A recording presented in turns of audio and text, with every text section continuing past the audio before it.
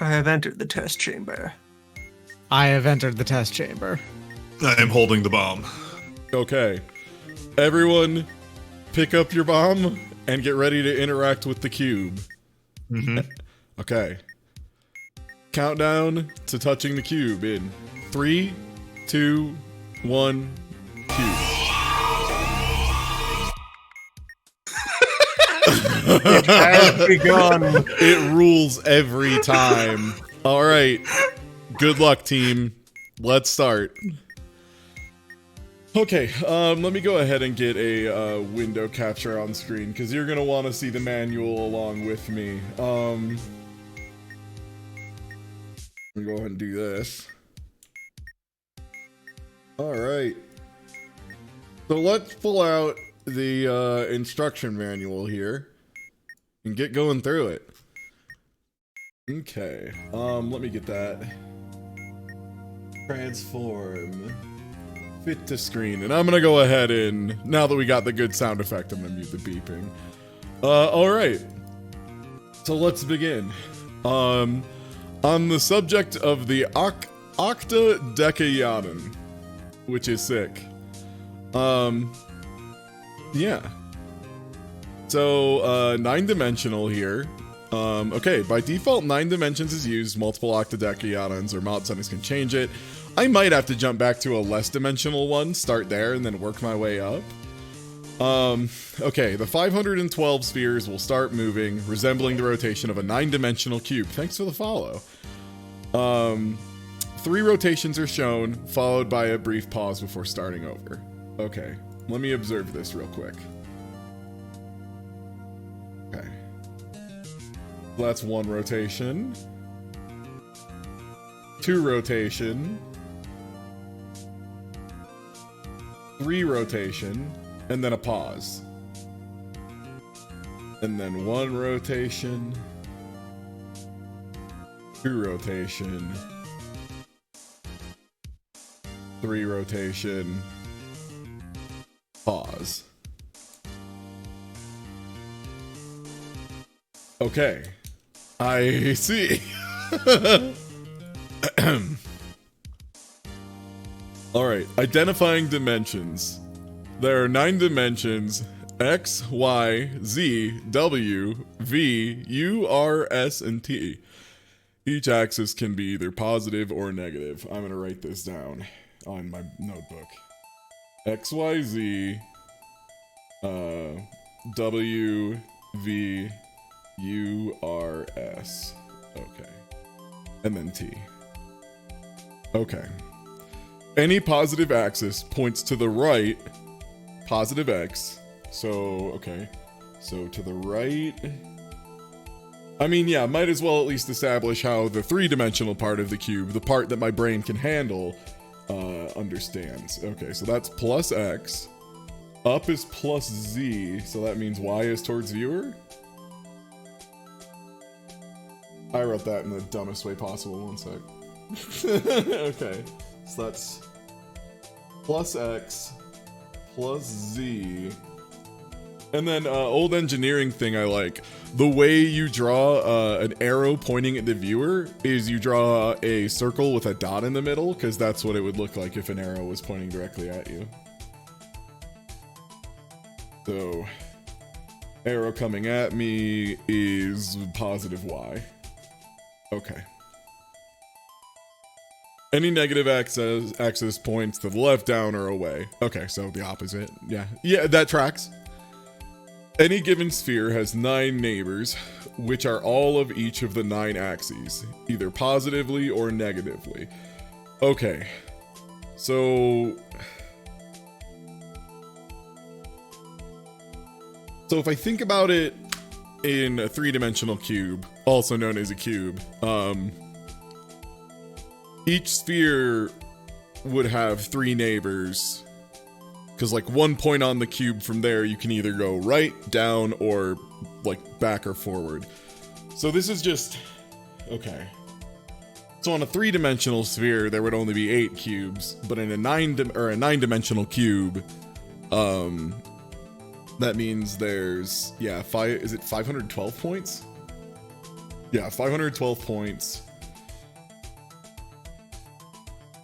And that makes sense because each point connects to 9 other points. So it would be an exponential growth. Oh, okay. That kind of makes sense. A little? Okay. Hey everybody. I'm going for it. Okay. To the diagram to the right shows an example of a sphere's 9 neighbors as seen from the front. The unfilled spheres are neighbors of the filled sphere. In reading order, left to right, top to bottom, the spheres are... Okay. S. Z. Wait. Z is up, so this would have to be Z. So I guess this is S, Z, S, Z, V. Oh yeah, they say left to right, then top to bottom. So I think they actually mean like go across repeatedly. So that would mean S, Z. Yeah, that tracks. So that'd be Z. V. Let me actually make sure. Am I capturing cursor? Let me double check. Because I'm like gesticulating at stuff. I'm not. Let me go ahead and get that captured real quick. Oh, it is. Is it just... Oh, there we go. Hello. Okay. So it's S, Z, which is correct because straight up is Z. V, W, U, U, T. U and T are a little confusing. Y stacked on top of the sphere and X. So it should actually be... Let's Z, V, W, U, T, R, Y, which is just on top of it, and X, which is over here directly to it. Okay, so that's the order. Okay. I almost want to take a screenshot of that, blow it up a little bit, and then overlay it. Hold up. I'm making a tool for myself so that I don't go bonkers trying to remember this.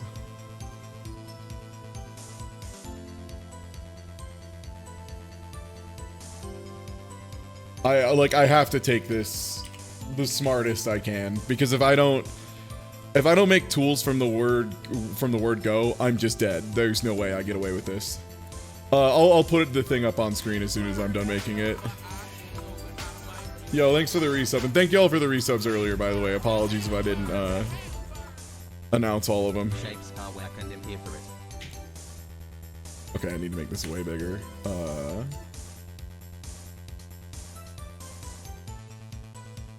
Okay, so that's S.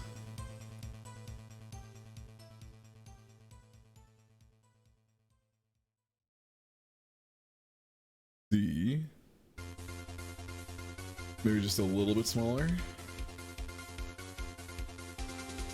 Okay, I know Z is correct.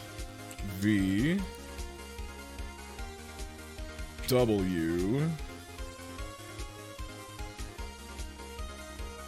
I don't... U. E.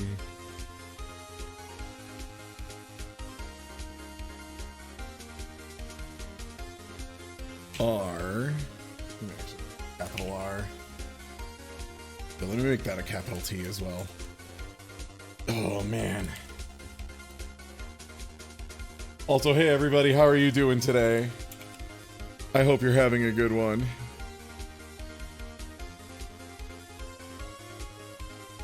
I'm already in pain. This is already tremendously difficult. And X. Okay. Let me go ahead and cut, new, don't save changes to Untitled.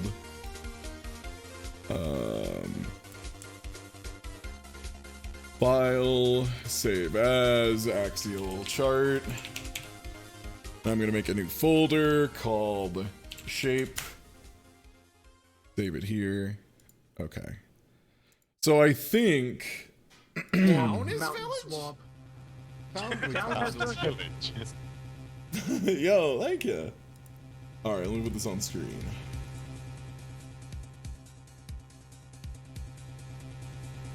So, I believe. Huh? I literally just made this folder. There we go. I think this is what it means. I think it's saying this is the way the partners are defined. So we've got the 3 standard. So again, if it was just a cube, you would just take the origin point and then Y, which is coming at the viewer, X to the right, Z up, and then you have a cube, right? You have all the axes defined for a cube. So this just has 9 points instead of 3 because it exists multiple dimensions in the same space. If that makes sense. Okay. I think that's step 1. This has been the first 15 minutes. All right. Identify. Okay. In this example, going from the filled sphere to any unfilled sphere. And let me just go ahead and get the guy scooted over. Because I know what you all want to see. You all want to see the shape. Stream viewers only want one thing, and it's disgusting, and it's to see the shape. Okay, so in this example, going from the filled sphere to any unfilled is a positive axis. Oh right, we're just... I forgot, we're just supposed to be muted, not muted and deafened. I might want to mention that to Doc and Loon. Let me do that real quick.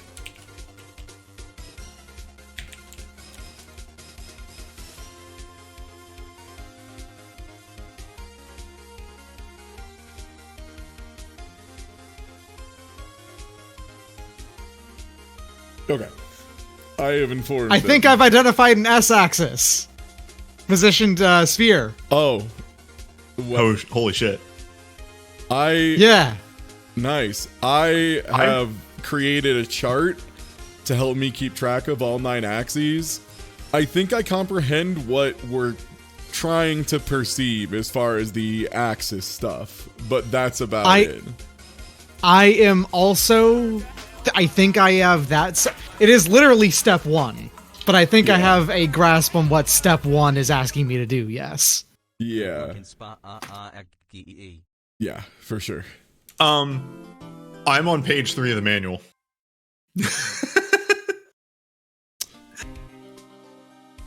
Dude, I'm still on page 1. You're good. Like, I am literally just taking it this slowly. This is so dense. I'm not gonna rush this. Okay. So yeah, in this example, going from filled sphere to any unfilled is positive. Any unfilled to filled is negative. Okay.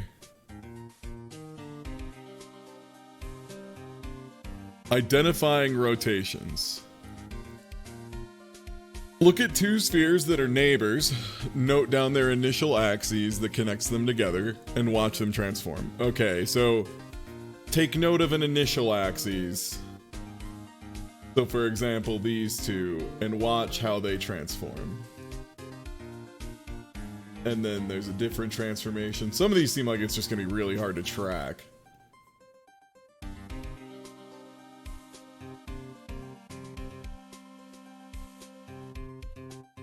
Yeah, because I kind of see a square.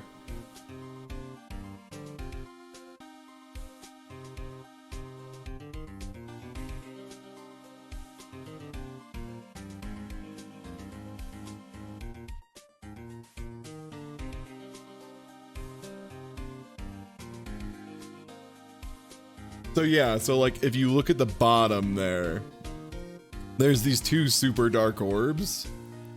And I think those would be the x-axis. So we would want to keep track of those and see what axis they change to. It's just going to be so hard to identify what axis it is while everything's moving. Like, Is this looking at it dead on, or is there like a slight tilt? I think there's like a slight tilt.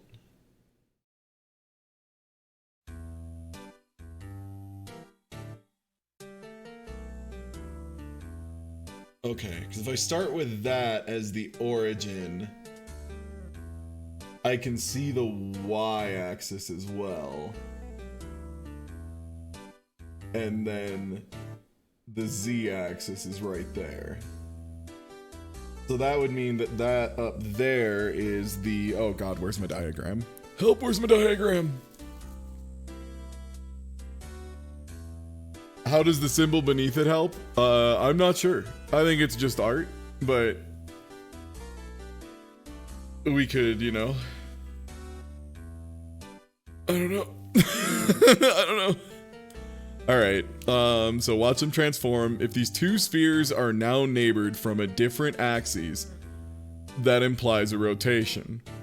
Record the new axes that they transformed into, and repeat this process, starting with the new axes until the first initial axis is reached.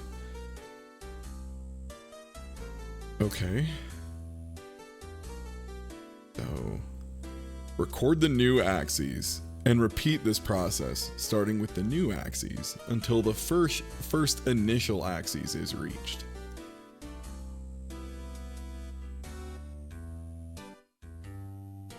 So when the first initial axis has been reached, start from the bottom of the list and working your way up. Append all the new axes to a separate list. That's so... See, this is the part that I get confused by. The resulting list is called the subrotation. I'm like not sure what they want me to make this list. Okay. All rotations and subrotations have a primary value. Within each subrotation, create a list of every possible pair of axes from itself and the next axes, including the last and first axes as a pair. If the subrotation contains exactly one axis, ignore the above rule and make only one pair consisting of the axis repeated twice. For each pair, get the value from the table using the first letter as the row of the second letter of the column. If one of the two axes are negative, multiply the pair result with -1. Okay, so that makes sense. So if it switches to a minus, you have to do that. The absolute sum of all pairs on all subrotations is the primary value of that rotation.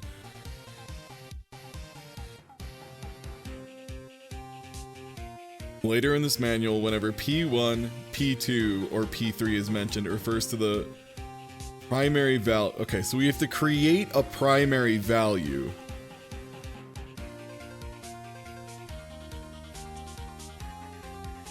Okay. So the absolute sum of all pairs of all... Okay, so we need to create a list of subrotations.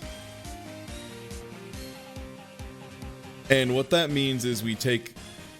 Okay, so we...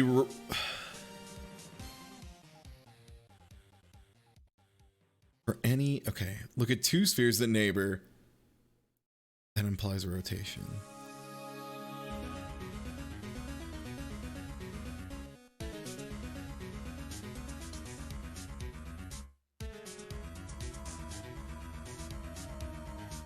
But we only get 3 values. So I guess what it's saying is we need to figure out all the ways the axes transform in the first rotation. And then use those with this diagram. Add all of them together. So if one of the things rotates from Y to -Z, then it would be -6. We take all of the rotations, all 9 rotations, or all however many rotations go on in the first rotation, because there's the one big rotation, and then all of the axial shifting inside of that one rotation is the sub-rotations.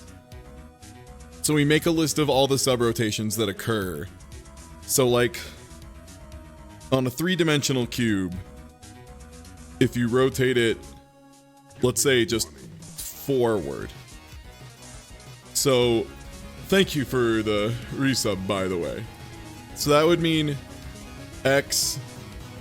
Okay, let's see. Nice. So if we were to tilt it forward, positive X would switch to positive X. So, okay, let me see if I can figure this out in my head, how this would even work. So that would be from X to X. And then positive Z would switch to negative Y. Would switch to negative Y. And then Y would switch to positive Z.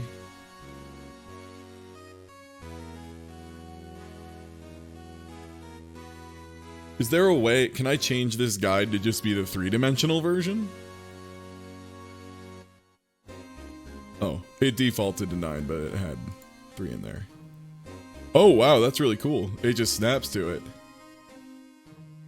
Okay, so then, assuming a 3-dimensional shape with a much simpler graph, that would be positive Y to positive Z.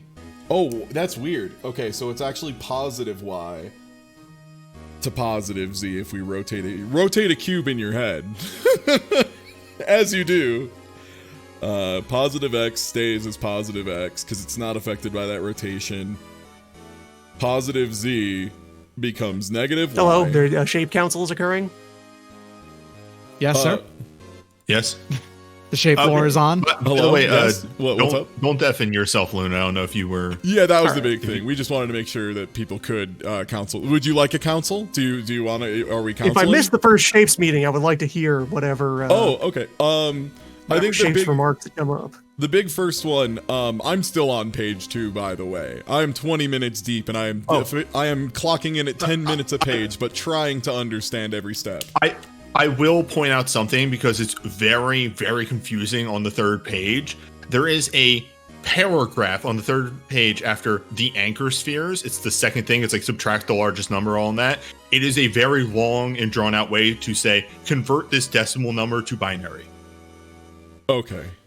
All right.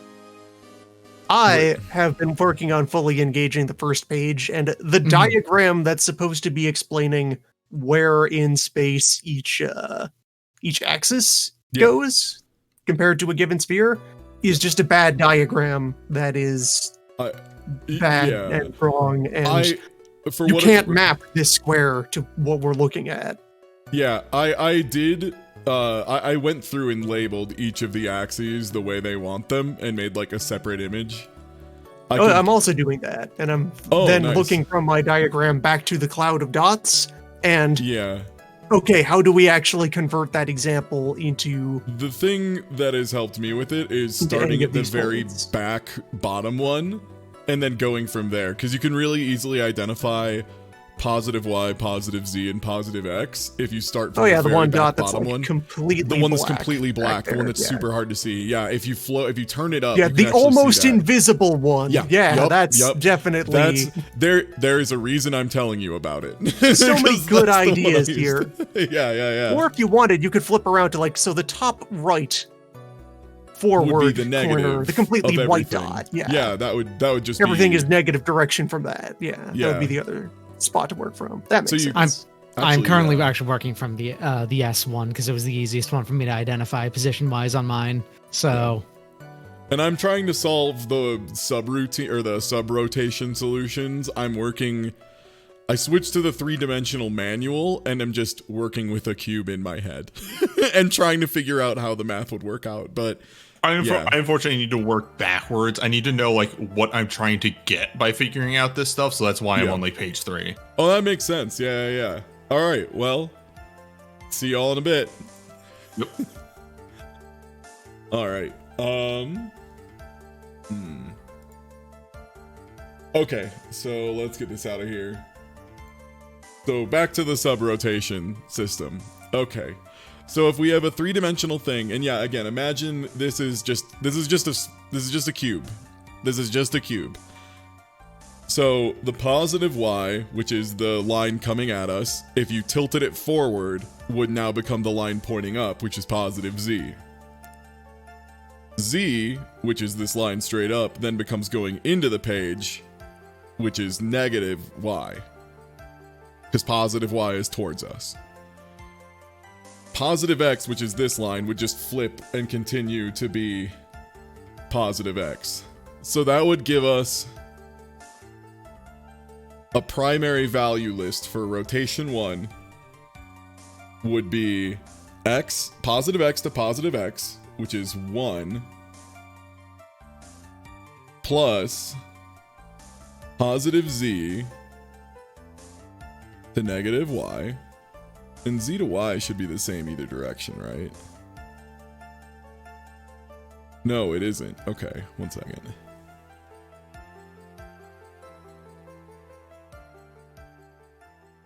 Okay, within each subrotation, create a list of every possible pair of axes from itself and the next axes, including the last and first as a pair. If the subrotation contains exactly one axis, ignore the above rule and make only one pair consisting of the axes.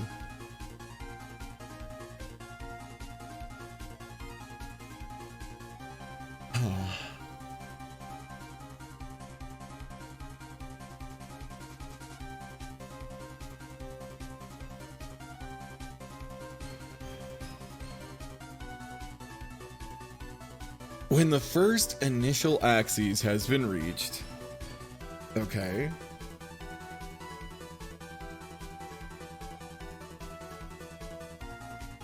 Look at two spheres that are neighbors, note down their initial axes, okay, and watch them transform. Rotation.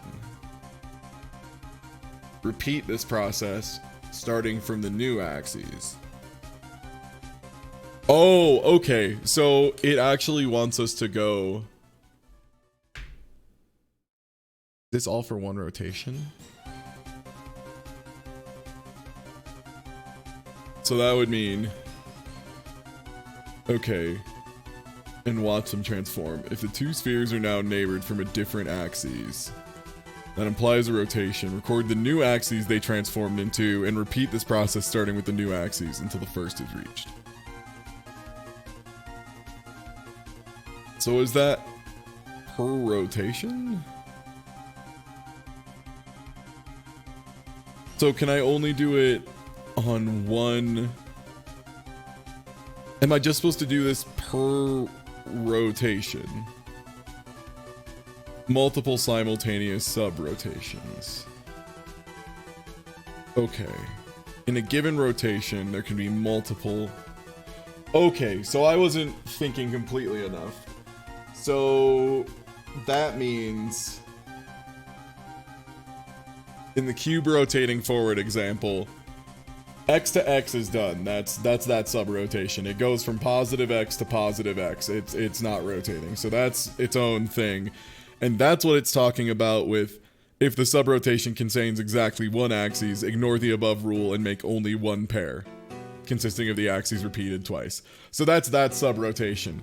The x to x sub-rotation is one of the sub-rotations of the cube.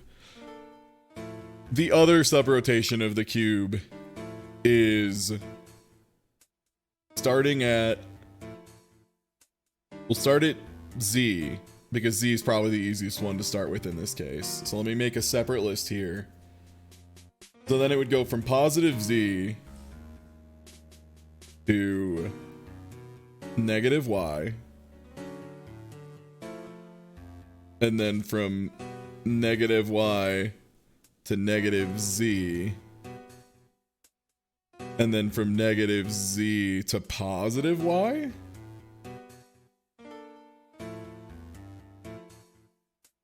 and then from positive y back to positive z. So that would be the other sub-rotation. So now, do I have to do this for starting from every axis? In reading order, left to right, top to bottom, Z, Y, and X, yeah. Okay. You know, I could actually pull up another one of these and have it start as a 3-dimensional one and see if I can solve a 3-dimensional one and then go back to the wilder one. Because some of this I'm just going to need to put in values and see if they work, right? Hey, y'all, quick counsel. Yes. Yep. Yeah, what's up? I don't know if everybody else is aware of this, but you said you might have been having trouble figuring out where's what. If you go down to page 4, because they mentioned this on page 4, there's a way to freeze the device. Oh, is there? Yeah, it's all the way on fucking page 4. When you're ready to initiate the second phase. Yeah, that's to start it. Can you just unpause it, though? Can Pausing. Interact anywhere on the module to pause it. Yeah. Rotations will stop. And that is how you turning switch on from go viewing mode. mode to go mode. Yeah, that just locks it in place for go mode. That's how you input your solution. That is not pausing to look at it. That is pausing to... That is saying, stop the cube, I'm ready to solve the puzzle. Oh, okay, my mistake. Yeah. Yeah, there is no way to pause it in its position, like stop it mid-position without going to that. Because remember, much like a 3-dimensional cube, so think about it. No matter what way you rotate the 3-dimensional cube, at the end of the rotation, it's still a cube, right? It's just a cube in a different location. End up in the same place. You need to watch where dots move. Exactly. Relative to each other. So this shape is all of the points on a 9-dimensional hypercube, which is why if it was a 3-dimensional cube, there would only be 8, because there's 8 points on a cube. So what you have to think about is, if it was 8 points on the edge of a cube, it would be really easy to like mentally project that. Just think of that when you try to, like, it should follow the same rules that a cube does. Yes. But in 9 dimensions. So. Yeah. So, and by the time it gets to the third rotation, it is going to be... It's not reset back to what it was at the start because all of the sides are the same. Because it was reset back to the start because every rotation it's every rotation it's reset back to the start because it's just a cube again. Yeah. Useful viewing thing that I have done in terms of just actually wrangling the limits of the interface we have here. I have oriented the bomb so that I'm looking across the timer down the face of the bomb at the cube, and it is all just floating. Oh, just close to rotate. Oh, okay, cool. It doesn't like snap or anything. That way, it's far away and pretty small, but all of the points are there floating on the background, and this gives a pretty good sight picture of what it is doing. Okay. Is there any reason that you use from the timer and not the other way, which makes it larger? Well, in my case, it's also fighting for screen real estate for the diagrams and so forth that I am keeping. I see. Okay. Yeah. I am also doing a similar thing. I've decided to take screenshots of it in its positions and all 3, and I'm going to mark down the positions of the axes as I recognize them in those 3 on those 3 screenshots. I'm thinking I might try and step it down to a less wildly dimensional bomb, see if I can solve it there just to make sure I'm doing the math correctly, and then scale it up. Because otherwise there's a chance I do the math, we get to the end of this thing, and I'm just not sure if I'm understanding the way they want these lists collated correctly, because some of this stuff is pretty abstract as far as the way they want sub-rotations listed and calculated. I think I get what they mean, but again, yeah, I'm gonna need to check and see if my math is right. I'm going to engage entirely with page 1 first, get that stuff all ready to go, and then I'll go back and do it again if I have to. Yeah. All right. Okay, the absolute sum of all pairs on all sub-rotations modulo 8 is the primary value of that rotation. So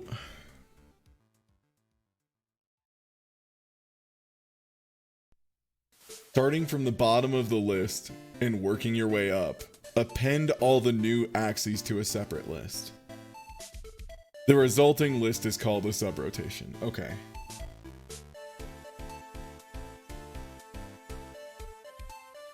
Okay. Yeah, I think I have the right idea. I need to be sure we're doing the math correct before I even bother. And yes, you do have to edit a settings file. Alright. Let's start with this shit. If I can understand just a cube. Yeah, see, that's reasonable. That's just a cube. I know what that is.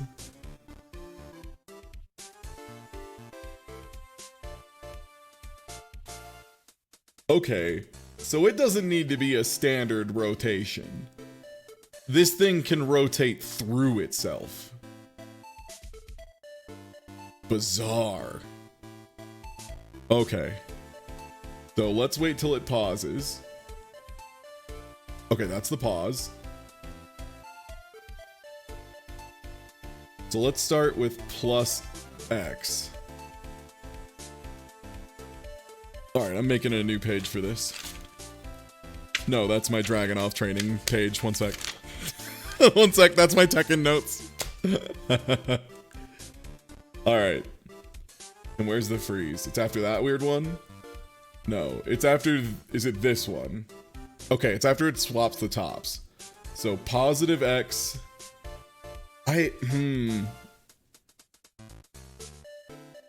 I'm guessing if they're going from the center and they're following... Yeah, it looks like they follow motion consistently. So that would mean plus X is going to... Would that still be plus X? Okay. Yeah, that's positive X. And I think that would make it negative X afterwards.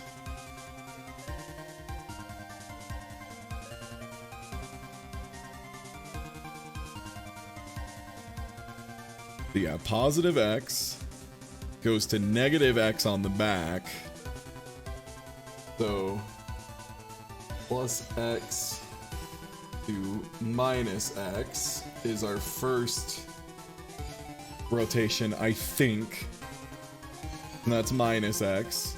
So now I need to wait for it to start over again and start with minus X. Okay, so minus X, we'll start here on that axis. And that just becomes positive X, I think. So that's just negative X to positive X back and forth on that first rotation. Okay, so that's subrotation 1 in this case is plus X to minus X. Okay, so now starting with Y, Y goes to negative Y, right? Is this just a full inversion? If it passes through itself entirely, is that just a full inversion? Because this is Y from black to green. So watch the way it phases through itself and then spreads back out. Yeah, that's just positive Y to negative Y. So subrotation 2 is positive Y to negative Y. And vice versa.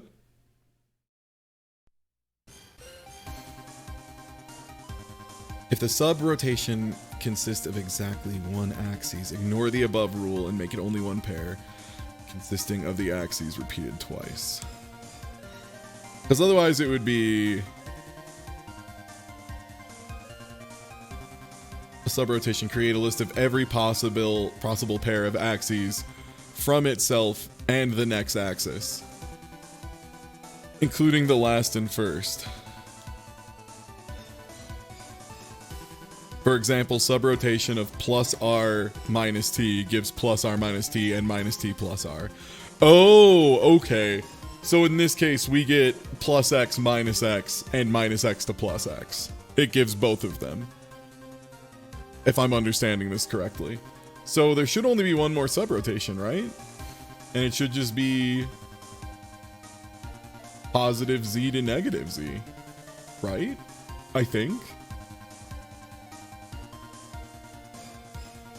Because we go from positive Z, which is from black to blue, and then it goes over here.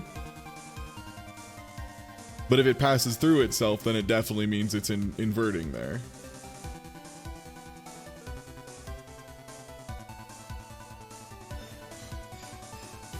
Okay, yeah, so it's from plus Z to negative Z. Okay. So, that should be it, right? Because when the first initial axis has been reached, start from the bottom of the list and working your way up. Append all the new axes to a separate list. That's the part I don't really understand. But I think this is the resulting list is called a subrotation. Okay.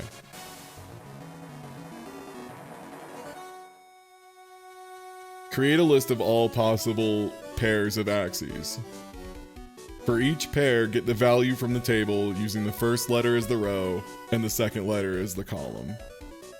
If one of the two axes are negative, multiply the pair's result with -1. So all of these should be negative, I believe. And this is the absolute sum of all pairs. So, Jesus Christ. Sorry, we'd go from... Sorry, my brain just got hit by it and it's a truck. So that would mean our values would be from plus x to negative x, which is 1. And then from negative x, or it would be -1. And then from negative x to plus x, which is also -1. Right? Right? Right? And from positive y to negative y is -3. And from the other way around is also -3. Right? Yes, I'm saying right like anyone understands.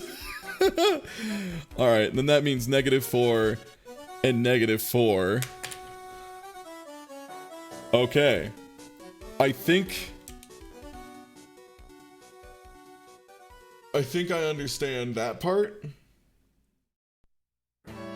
So then, the absolute sum of all pairs on all subrotations modulo 8 is the primary value. Okay. So the absolute sum of all pairs on all subrotations. So that would be -1 plus -1 plus it's absolute value, so let's just get rid of all these negatives. So it would be 1 plus 1 plus 3 plus 3 plus 4 plus 4, and I'm breaking out a calculator. I am like literally not going to trust myself with this. I'm gonna make a mistake somewhere and it's gonna kill me. I wish I had my graphing calculator on me. So 1 plus 1 plus 3 plus 3 plus 4 plus 4. So that's 16. And then modulo 8. So that means absolute... Okay, so our absolute sum of all pairs on all subrotations for rotation 1 is 16. Now, if it's 16... Modulo 8. What the fuck is modulo? Oh! Modulo is just solved for the remainder. Oh, modulo is to add, subtract the right number until the left is non-negative and less than the right. So it's just it's the leftover when you divide the number. So in that case, 16 modulo 8 would be 0? Because 16 divided by 8 gives you a clean 2 with nothing left over. So that would mean rotation 1, which apparently... Okay, the guide uses P1, P2, or P3. Okay. So in that case, P1 is 0. I think. Okay, I'm gonna put a big old box around this engineering style so I don't lose track of it. All right, now to do it for the second rotation. Yeah, I'm solving for the numbers first. The objective is you stop this, lock it down, and then you have to maneuver the quote-unquote starting sphere, which is randomly generated, to the anchor sphere. We're trying to solve where the anchor sphere is, so it's going to be one of these 8, and I'm just going through the math to attempt to solve it. So that's okay, so that's the lock. So that's our first one, that's a 0. And then this is the guy I need to watch. Okay. So let's go ahead and decide to start with plus Z, or plus X. So plus X is black to red, which I think ended up over here. But what direction? So this is rotation 1. So black to red kind of shifts, yeah, from here to here, I think, which is positive Z. So plus X to plus Z.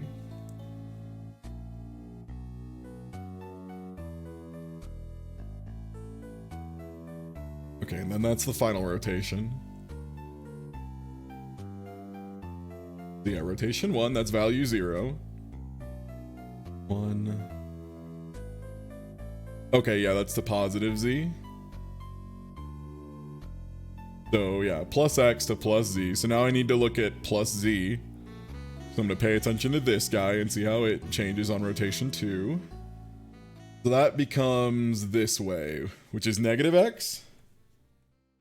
So so plus X plus Z, negative X. So from here to here. And then you go over here and our negative Z, I think. Is that right? Top down, that would be negative Z. Okay, so we're going from negative X to negative Z. Okay. So negative Z is the next one we gotta check,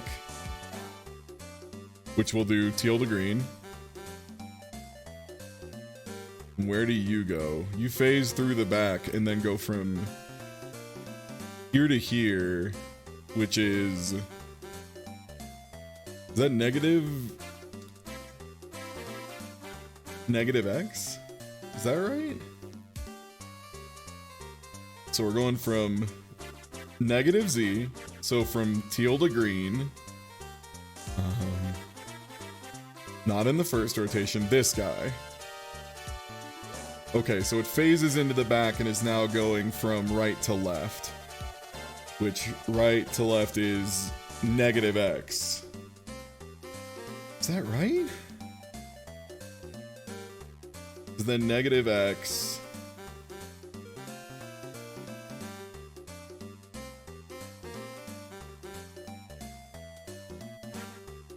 Okay. So negative X, we can go from yellow to green. And that phases through here and becomes negative Z? How can this be right? How can it go from... I must have done something wrong at some point. Because then negative Z... Negative Z here... phases into the back and becomes negative X. I think I just misread the way negative X transforms. Let's see, because this is negative X. Oh, you know what? That's still negative Z. Okay, I think I just misread it the one time. So I think that does mean positive X should just be going to positive Z.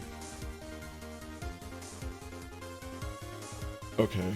Oh, you know what? I'm gonna go grab a paper towel with a little bit of water on it because I need to wipe up some notes.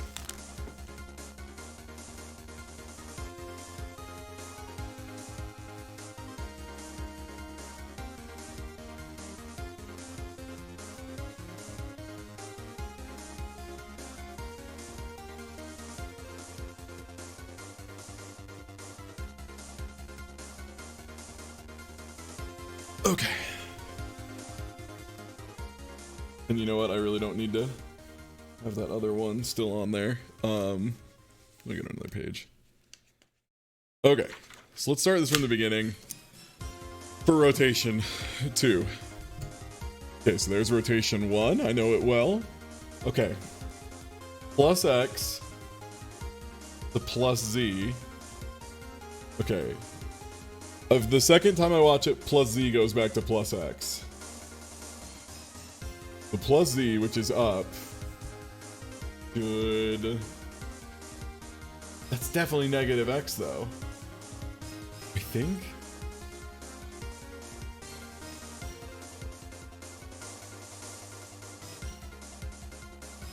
A negative X goes into the back and becomes negative Z.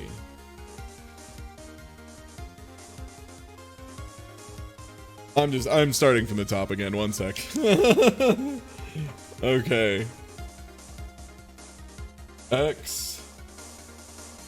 So positive X. Okay, so this is first rotation. Positive X phases through to the back and becomes positive Z. Yeah, absolutely. Okay, that's correct.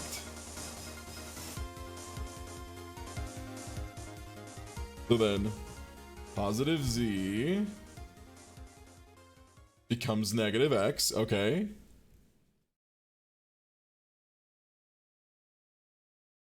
Okay. Negative X translates into, yeah, negative Z. Okay. Where if negative Z doesn't turn into something more reasonable, I'm gonna lose my mind. Okay.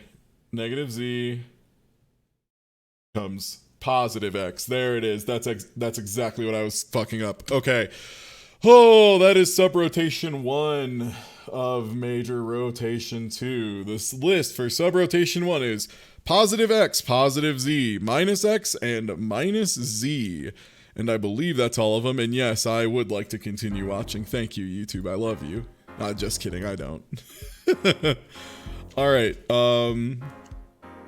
So the thing is, I think that takes care of all the ways those can be. So I need to figure out, I think, why.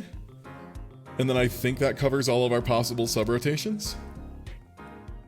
So Y is coming at the viewer and switches to going away from the viewer. So that's from positive Y to negative Y. And I'm almost certain that negative Y will just flip right into a positive Y. So pointing away from us flips to pointing towards us. Okay. So I think that completes the list of all subrotations for primary rotation 2. Okay. So then that means we now have plus X to plus Z. So, one sec. Within each subrotation, create a list in the next axes, including the last and first. Okay. Because there's no starting point, so it has to loop. That makes sense. We're solving for all of the subrotations until it loops back into its initial placement. So we're basically making a list of every single axial change that happens during the rotation. We're assigning values to each axial change, adding them together, using a modulo function to reduce it to a different number, and then assigning that to a p-value of some form, just some number we're assigning and calling p sub 1, p sub 2, p sub 3. So positive X to Z, the positive Z is 5. And then positive Z to minus X is negative 9. And then from negative X to negative Z is minus 5. And then from negative Z to positive X is negative, or is, wait. Oh, from negative x to negative z is positive 5. I almost fucked that up really bad. Okay. This is what I'm talking about. So, okay, wait. So, positive x to positive z. So, whatever that is a positive value because we're multiplying two positives. So, x to z, according to this diagram, is 5. So, that's positive 5. Positive z to negative x is negative 9. And then from, oh, because it's from negative x to negative z after that. So then those are both. So it's positive 5 and then another minus 9 from negative z back to positive x. So subrotation 1's value total is, and again, I'm just gonna pull out a calculator here to make sure I don't make any errors. 5 minus 9 plus 5 minus 9 equals negative 8. And so that means the sum, absolute sum is just 8. And 8. Okay, well, I need to do the other ones as well, because it's absolute sum of all pairs on all subrotations. So I should keep that as negative 8 for now. Oh shit, were the other ones? Okay, they were all negative, and I waited until I added the subrotations to absolute the sum. Okay, good. So that means negative 8 is the value of subrotation 1. We don't do absolute value until we sum everything together. Okay, so that means subrotation 2 has positive y to negative y is negative 3. And then negative y to positive y, which is another negative 3. So that's negative 6. Negative 6 plus negative 8 is negative 14. Let me just double check before I do something very stupid. Okay, negative 14. So that means the absolute value is 14. 14 modulo 8 is 6. Because if you try and divide 14 by 8, you get 6 left over. So that should be P-2, or P sub 2, sorry. P sub 2 is 6, I believe. Okay, so I think we have P sub 1 and P sub 2. Let's solve P sub 3.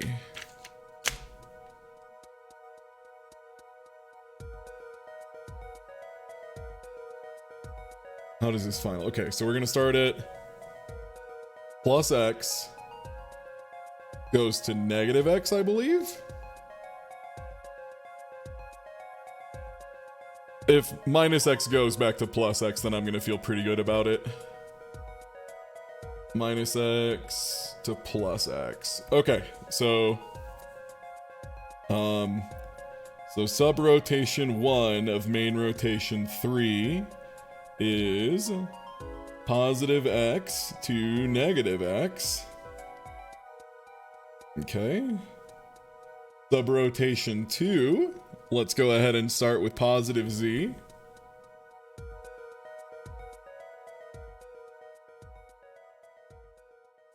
Becomes positive z again, so that contains exactly one element. Now, does that mean I have to have negative z on its own as its own subrotation, right? Because if the subrotation contains exactly one axis, ignore the above rule and make only one pair consisting of the axis repeated twice. Yeah, so in that case, subrotation 2 is going to be positive z just by itself, and subrotation 3 is going to be negative z by itself. Very just quick counsel. Yeah, what page is it? Because I'm still on page 2. Oh, it is just a general thing of the frustration I'm getting. This manual fucking sucks. Yes, the manual is bad. Yeah, that's part of the challenge. Get in there. Anywho.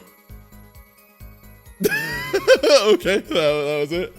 All right. Okay, so we have x, positive x, negative x, so we have to just check y.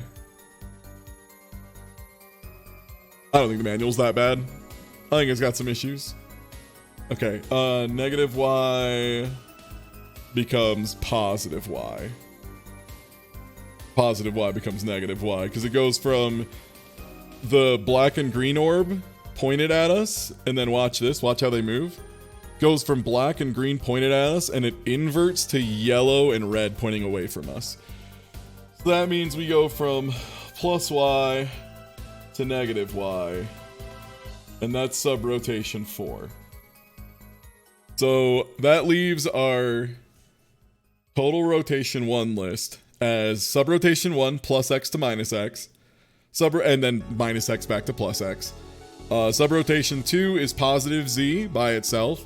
Sub-rotation 3 is negative z by itself, and sub-rotation 4 is positive y to negative y and negative y back to positive y. Okay. So in that case, positive x to negative x is 1, or negative 1, and negative x to positive x is also negative 1. I did add all those as negatives on the inverted one, right? Yeah, because I had negative 1, negative 1, negative 1, negative 1. Okay, so my positive x to minus x is consistent across evaluations, which should mean sub-rotation 4, if my math is correct across both pages, should add up to being negative 6, but let's check. Y to y is 3, and y to y is 3, so yeah, it's 2 negative 3s. And sub-rotation 2, ignore the above rule and make only one pair consisting of the axes repeated twice. So positive z to positive z is 4, and negative z to negative z is also 4. So we are adding together negative 1 minus 1 plus 4 plus 4 minus 3 minus 3, which is 0. Yeah, that makes sense. So 0, which 0 modulo 8 is 0. So I believe that means P sub 3 is also 0. So we have 0, 6, and 0.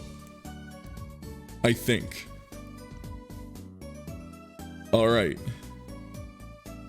Later in the manual, whenever P sub 1, P sub 2, P sub 3 is mentioned, it refers to its primary value. Okay. So we now have those values. They are 0, 6, and 3. Those are the 3 rotation values. Create 4 codes named A1, A0, and each starting with the value 0, 0, 0. Okay. Subtract the largest number equal or less than P1 found in the decimal binary. Subtract the largest number equal or less than P1. So that's none. Then set it A1's X digit from the left to 1, where X is the position obtained. This is just converting from decimal to binary, right? That's all this is. This is just a very, very complicated way of turning numbers into binary. I'm not misreading this, am I, chat?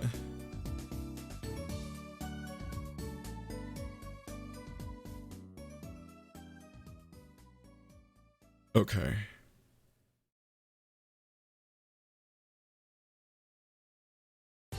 Yeah, no, I know what Newbie said, but I want to be sure. Oh, okay. Yeah, because for 6, for example, they're saying subtract 4 and put the top one to 0. So 1, 0, 0.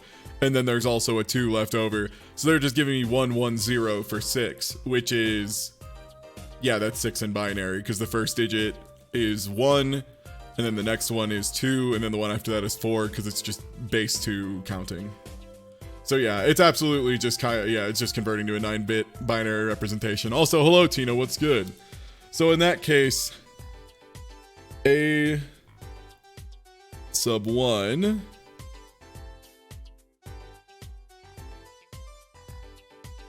and that is 0, 0, 0, because P sub 1 was 0.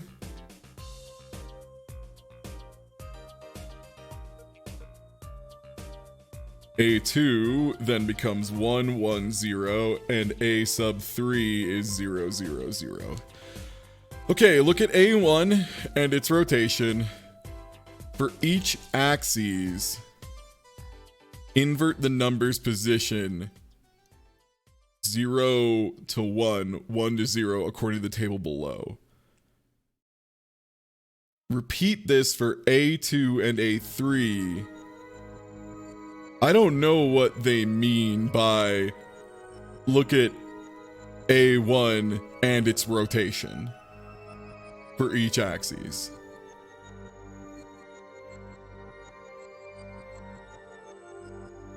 According to the table below.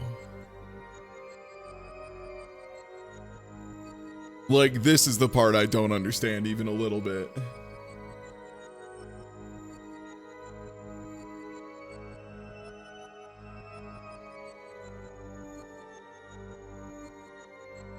Look at A1 and its rotation for each axis. I mean, it has all the axes. Invert the number's position according to the table below. Like, what do you mean? Look at it and its rotation. What the fuck does that mean? Like,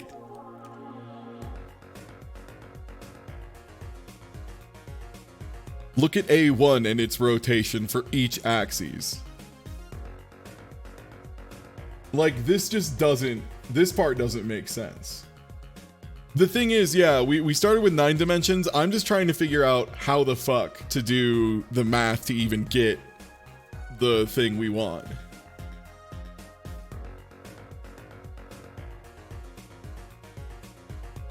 I mean, it's just rotating the way a cube does. It's just also able to rotate through itself because it's a hypercube representation. So it doesn't need to worry about collapsing through itself. It can just do that just fine.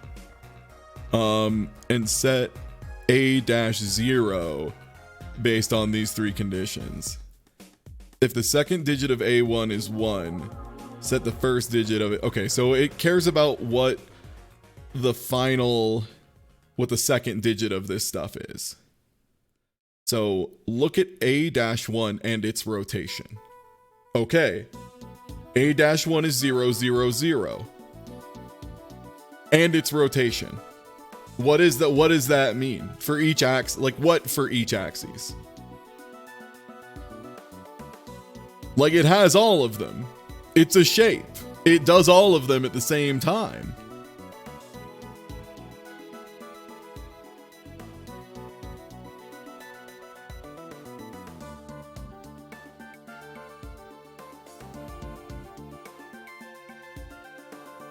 No, A0, A sub 1, and A sub 2 are the binary conversions of the P sub 1, P sub 2, and P sub 3 that we solved earlier. Yeah, hey, what's good, Off? Look at A1 and its rotation. This is the part that makes no sense. Like, this needs an example. This is the part that absolutely needs an example. Because I just don't know what they mean by invert the number's position according to this table below. Like, the table doesn't explain it.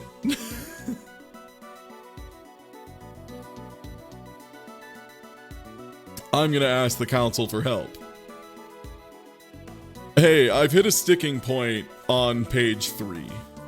I don't know if anyone is, like, able to... How are you producing any useful information to bring to page 3? I have P sub 1, P sub 2, and P sub 3, I'm pretty sure. I started working on a 3-dimensional cube just to see if I can figure out the math and how it wants us to do it. Right, that's how you're making any progress. Yes. You have moved down to a smaller cube. Yes. Wait, can I please finish my question first? Yeah, go ahead. Okay, Sorry, thank I just got back. Yeah. So on page 3, if you switch it to 3-dimensional, it'll be more sensible. So it says, look at A sub 1, which is a binary value, in my case 0, 0, 0, and its rotation for each axis, invert the numbers position 0 to 1 and 1 to 0 according to this table below. And I just have no idea what they mean by look at A1 and its rotation for each axis invert. Like, I get they mean change 0 to 1 and 1 to 0 according to this chart. I just don't know how to use this chart. I do not understand how to apply this chart at all, because each rotation has all the axes in it. Like, that's how a rotation works. It has every axis. That's the idea. It rotates from a cube into a cube. It doesn't lose an axis. So, if anyone can figure out that part, I think I can figure out how to at least calculate the anchor sphere. Maybe. So, I think what it means for the bottom one is each A2 and A1, 2, 3 is the axis at a various rotation. But it's a binary value.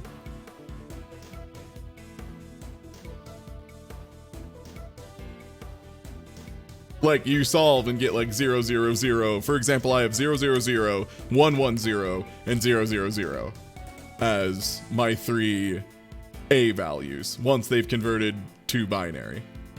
Right. Now, how do I use those with this chart? Because it says positive axis plus x plus y plus z, and minus axis minus z minus x minus y, and position first, second, and third. And I don't know how the hell to use this chart. I don't know what they're asking me to do with it. If you need to move down to a 3D cube and try and get to where that is, perhaps. No, I'm actually just trying to parse these parts in and of itself, because again, I have to work backwards with a lot of problems. Yeah. For what it's worth, I want to bring this up right now. I have looked at the end of this. A0 is never fucking used for anything. Oh, weird. Yeah, there are 5 instances of A0, and it's all in anchor sphere. Part of the, like, this page 3 right here, it's never used on page 4. You find A0 and then set it aside in a corner. Okay. So if I know so what is, I guess I need to look up what gray code is at this point. Great. Okay, so that one, I can explain that one very easily. What it means is your gray code is a different way of doing 1-0 binary, except instead of you just it's mainly binary, except it represents different numbers. Just look up a gray code converter. Your binary number is now, without changing the binary sequence, a gray code number. So you are changing its decimal value, decimal value. For instance, I started this with a number 500. My 500 turned into 344 because it was gray code now instead of binary. Okay, so, but how do I convert these 3 binary values into a gray code? That's the part I'm also missing.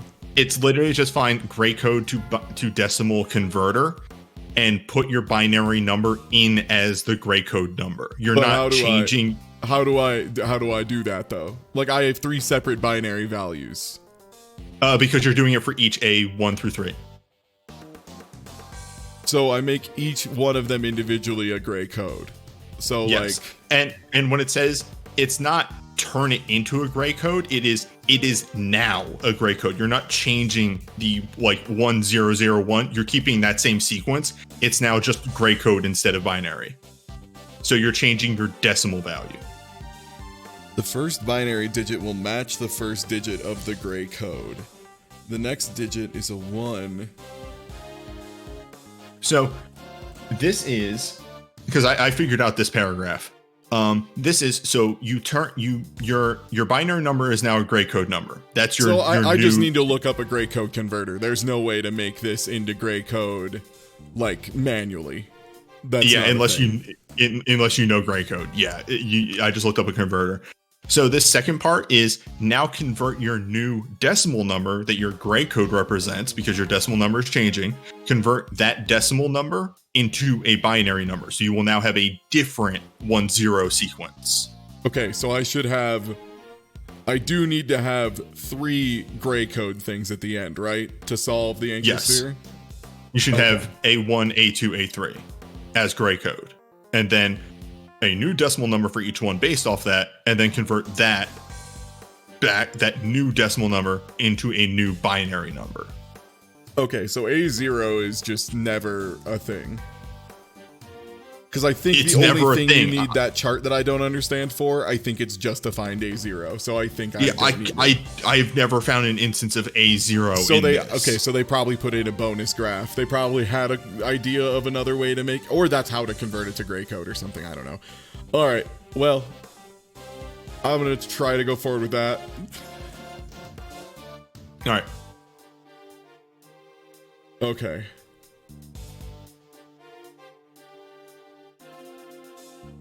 Binary to gray code converter.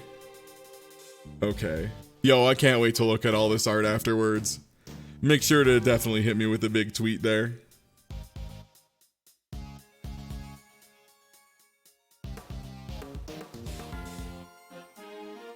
Okay, let me just open up new window that hopefully does not capture. It doesn't. Okay. Binary to gray code.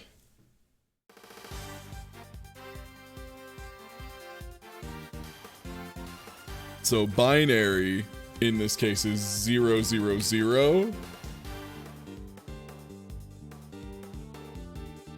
So that would make gray code 111.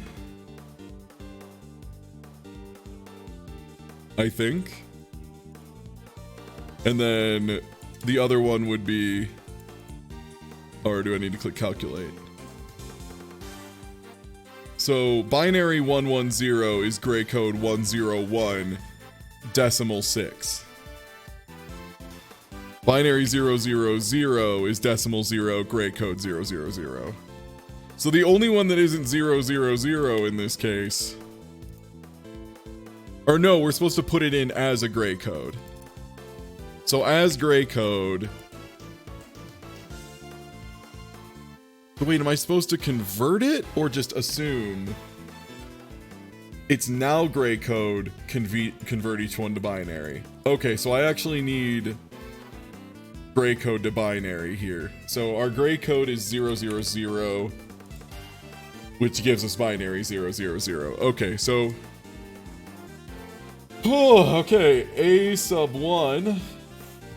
I'm gonna say A sub 1 G 000, A sub 1 B 000, and that'll be the same for A sub 1 and A sub 3. A sub 2, that would mean gray code 110, which becomes binary 100. So A sub 2G. Yo, thank you for gifting out. Thank you all for the subs and all that today. Yo, thank you so much for gifting out a bunch of subs to the community. Sorry if I'm not super interactive. I need to turn on 1000% of my brain today. I hope you understand. So that means A sub 2B becomes 100. So I think that's what they want. They want these converted. They're claiming their gray code. Convert each one to binary. So binary at 000 100 000.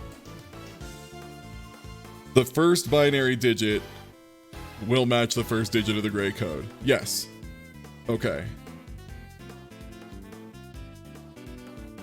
The next digit is a 1 if the sum of the previous digit of its binary code and the current position's gray code is exactly 1.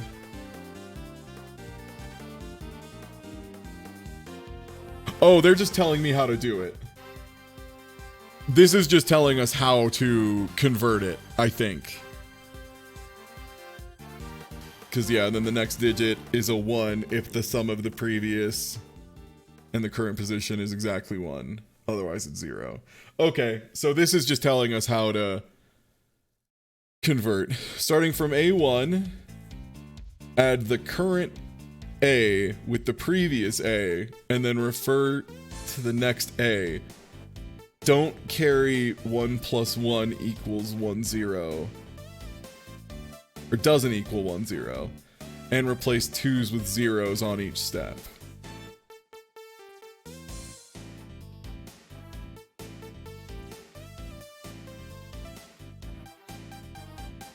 Okay. Starting from A1, add the current A with the previous A. So A1. Oh, do we need a 0 here? Well, no, because we should only get 3.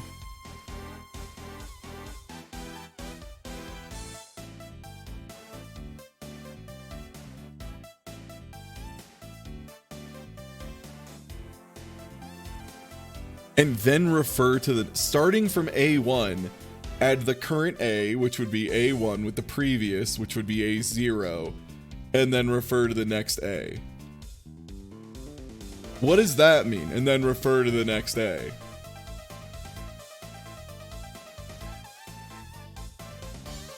Replace every 0 with a minus and every 1. Order being XYZ. Okay.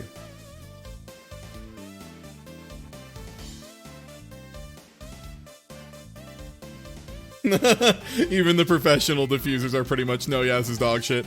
Yeah, it's a lot. The instructions are pretty bad. That is definitely the one of the hard parts here. A lot of the stuff on how to actually execute the math to find the codes is really unclear. Yeah, like what does this mean? Starting from A1, add the current A with the previous A. Do they mean just add them all together? And just saying don't carry? Is that all they're saying? So in which case, and replace 2's with 0's. Okay, so in that case, A1 is 0, 0, 0. A2 is 1, 0, 0. And A3 is 0, 0, 0. So I think that would mean our final, if we're adding the binary together, should be 1, 0, 0. Town is village? Hey. Wait, did it censor piss? Yo, thanks for the donation. I'm guessing it's piss. This might be why you need A0. Yeah, I think Newbie was wrong. You do need A0.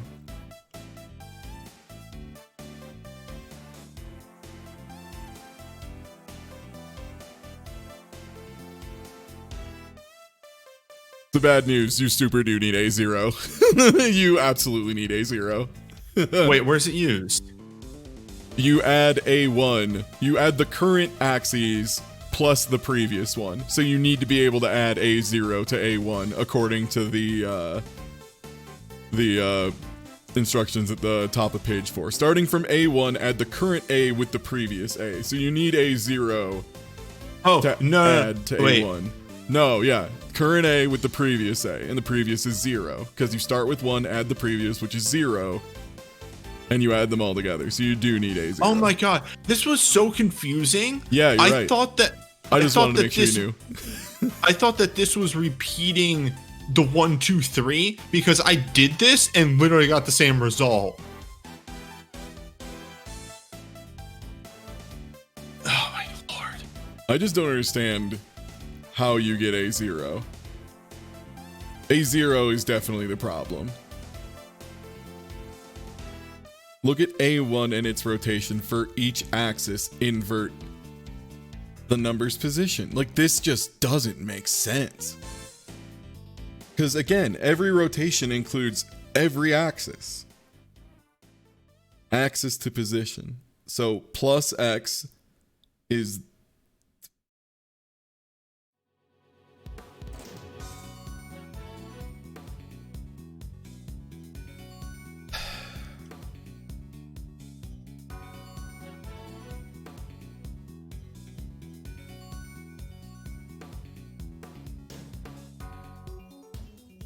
yeah, we're starting on the easier one because I need to understand how they even want us to do the math. because again, this guide is really poorly written.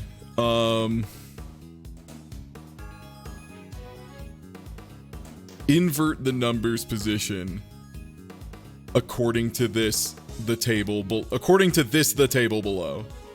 Like, yeah, this part is really not explained.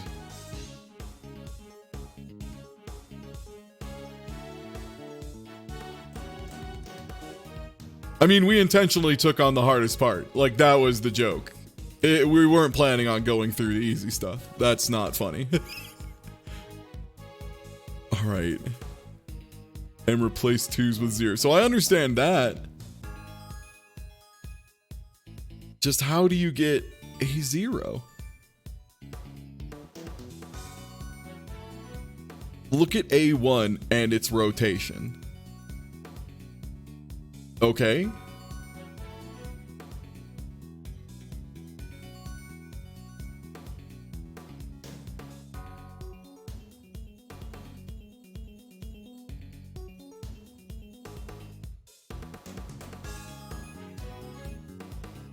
Alright, I'm gonna go forth assuming you don't need A0, I guess.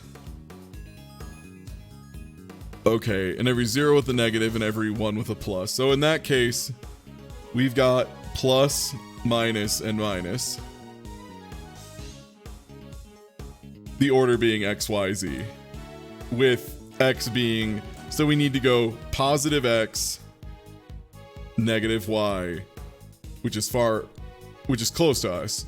So close to us on the right at the bottom. Y'all, I am talking about S backward second position right now as how I'm marking these orbs positions down and how their rotations are relative to one another. So that's fun.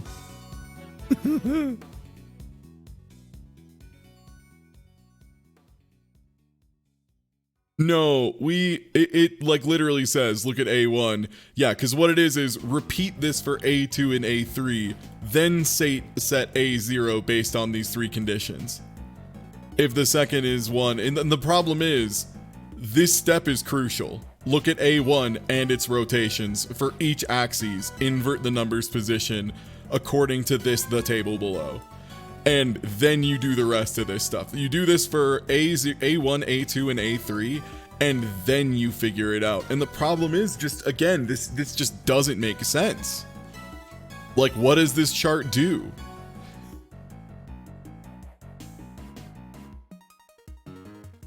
Because, like, again, every cube has every position. Like, I don't know what they mean. A1 to 3 right now is 0, 0, 0, 1, 0, 0, and 0, 0, 0 when converted from gray code back into binary. And the problem is, I think they want you to...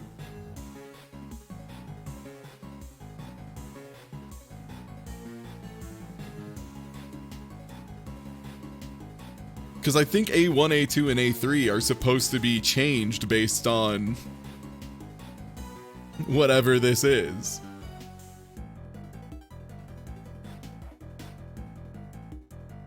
Okay, because it's telling us like the first, second, and third position of the number, right? Because we have, for example, 0, 0, 0. Now...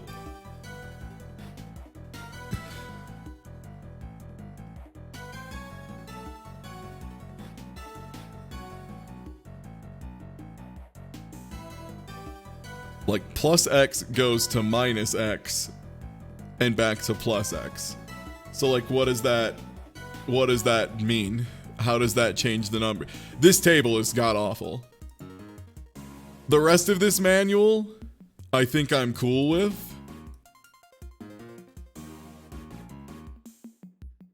Well, the problem is like for sub-rotate, the thing is this is a full rotation, right? Not a sub-rotation. And a full rotation, by the nature of how a cube works, contains all axes. Because, like, for example, the sub-rotations... Because this is all A1, A0, and A1, A2, hey, Ty, and A3. how did you make a smaller dimension cube? You need to open the mod settings, and it'll give you a settings file, and you change the number 9 to the number 3, and then save it and Okay. relaunch. Yep.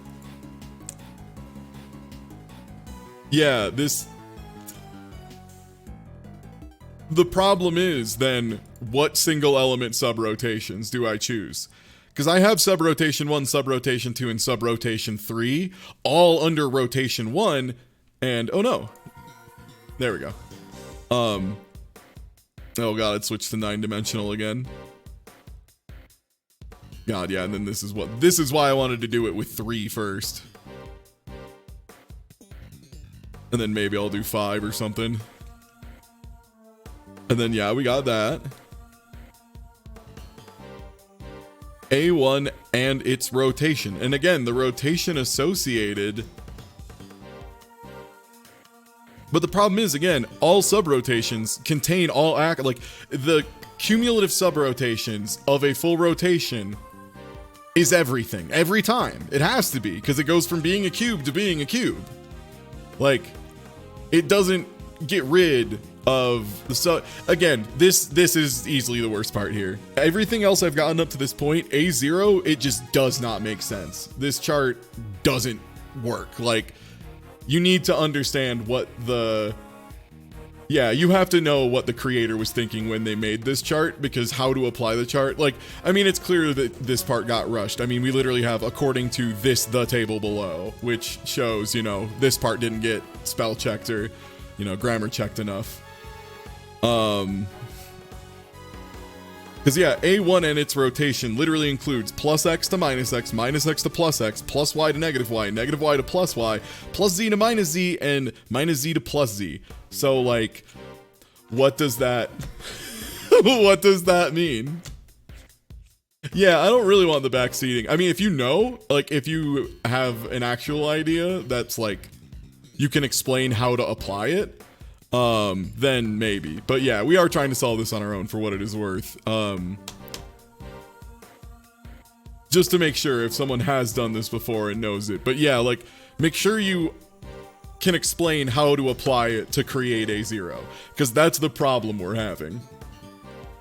Is how do you take the information we have, which is 0, 0, 0, 1, 1, 0, and 0, 0, 0, and apply this chart to it.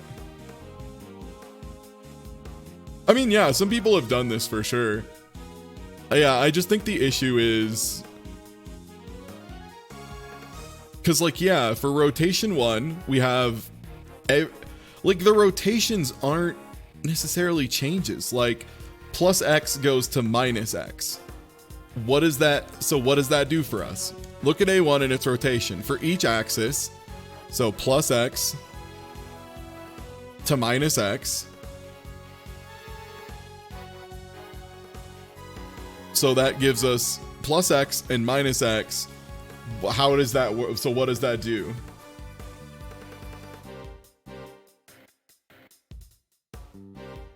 Yeah, I think this is I think this is literally just, yeah, again, I just wish this chart was better explained. Because it just says use the table, and it doesn't explain how to use the table. Look at A1 and its rotation for each axis. Okay, I know all of the axes.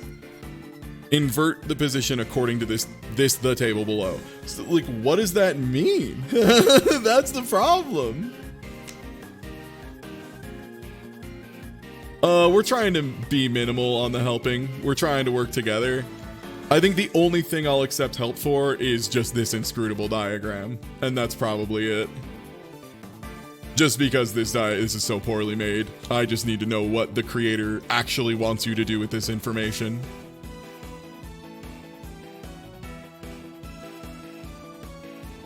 Because, yeah, it's just a list of every axis. After the access of all 3 rotations. Yeah.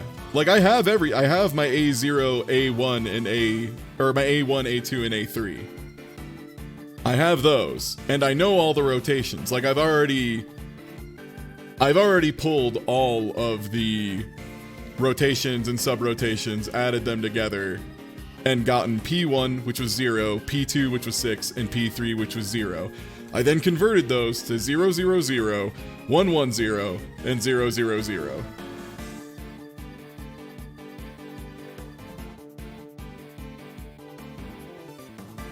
Rotation 3 had plus Z and minus Z as a single element subrotation. They were just on their own. Yeah, plus Z and minus Z were subrotation 2 and subrotation 3. So turn A3 into 101. Okay, but explain that. Explain how you got that information. Because A3 was 0, 0, 0, and it had Z and minus Z as separate elements. So is it just if you have a single element, and is that just because you see plus Z and minus Z on the chart? Is it just you find the ones that are entirely just an axis that sits on its own and look those up? Are you sure about that? I'm asking because there were people in chat who said they do super know it. And I just want to make sure that that is in fact correct before I start doing it, and then it turns out that was just a guess and it's not right.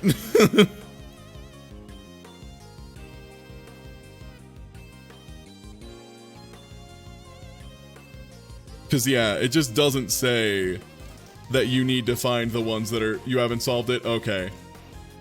For A3, you would flip 2 and 3 because the rotation has negative X and negative Y. Why does it have negative X and negative Y?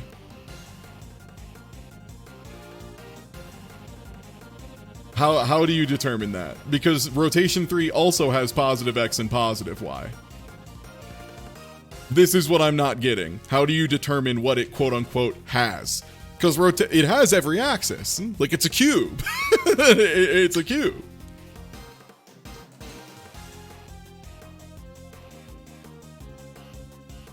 Or are they just saying, of the first rotation, start at the positive and see what way it rotates? So it goes from positive X to negative X.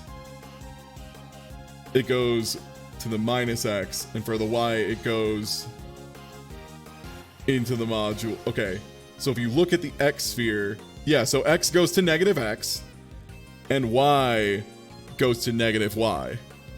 So, okay, look at A1 and its rotation for each axis. Now, do I need to do it the other way, is the thing. Do I need to start from negative X and go to positive X?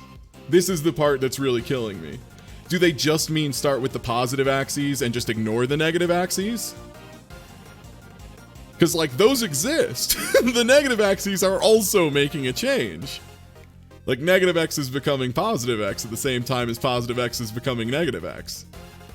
So how do we determine what it wants for the direction? Is it just saying, since it's going from positive X to negative X, that is a net negative X rotation? I guess that would make sense, because then from negative X is going to positive X. So, let me see.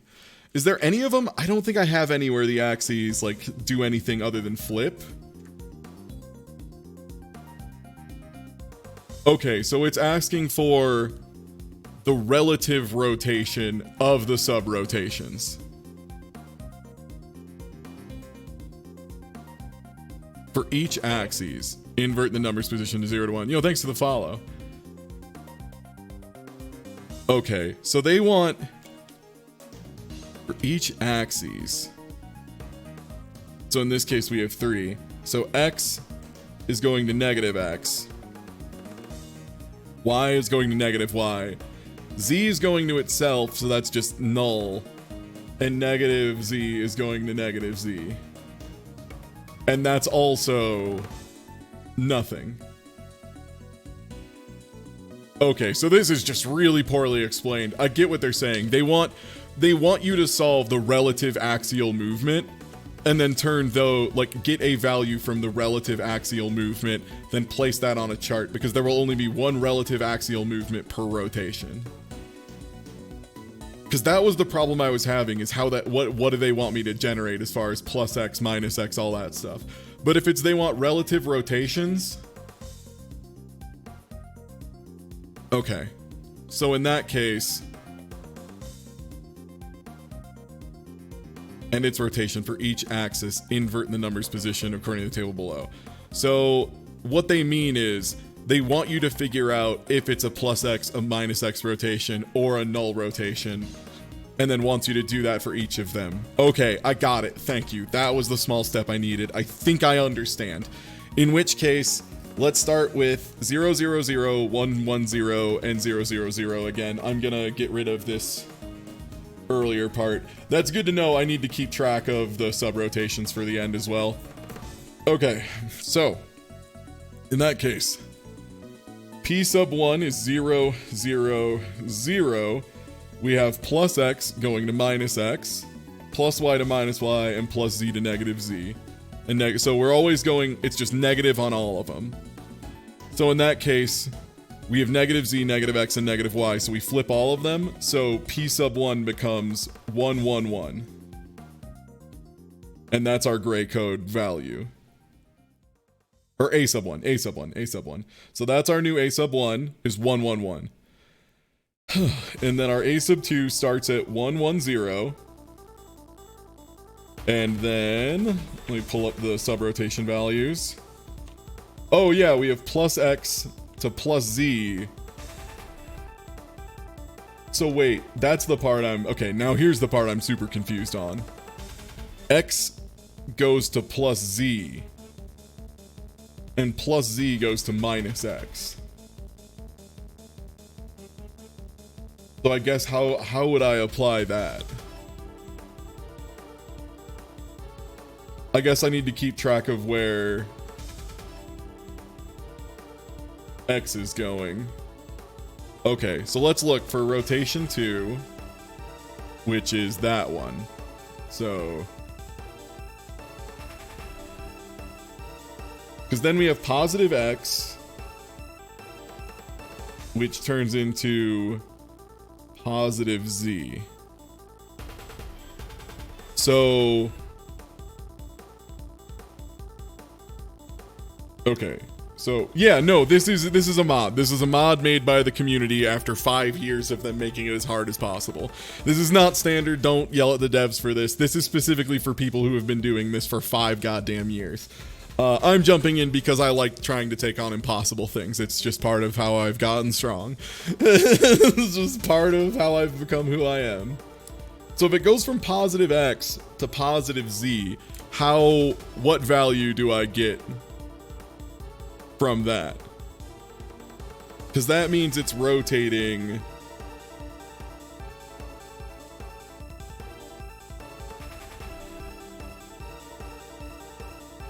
Okay, how do I...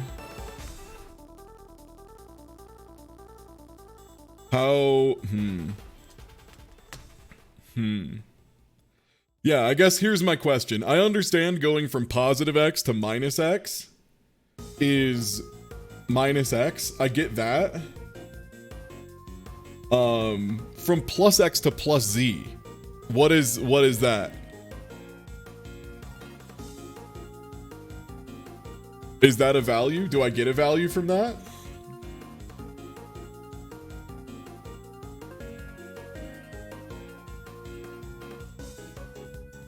That's the part I don't get. It's not a direct translation. So it has to be plus Z. Yeah, it goes from plus Z into minus X, but it goes from plus X to plus Z is what I'm talking about. Because it goes from plus X to plus Z. If you look at rotation 2. Where's it at? Because that's rotation 3. So rotation 1's just a full inversion, where everything just goes to the opposite ends. So this goes from plus X to plus Z in the back. Now, is it asking for the orb locations?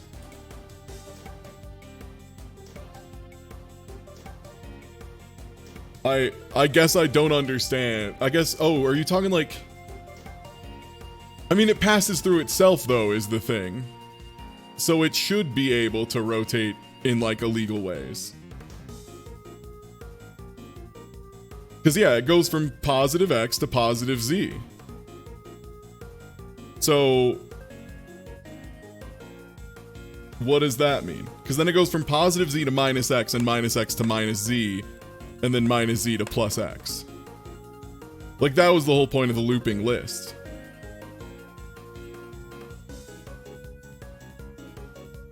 So how is that a thing? I guess since it goes from positive x to minus x eventually, that's a negative x rotation. It's gonna be single player, probably, of Titanfall 2. I'm gonna be playing with Kubo. So I guess if it's going from positive x to negative x eventually, and positive z to negative z eventually after 2 rotations, I guess that would mean it is negative x, negative z, negative y?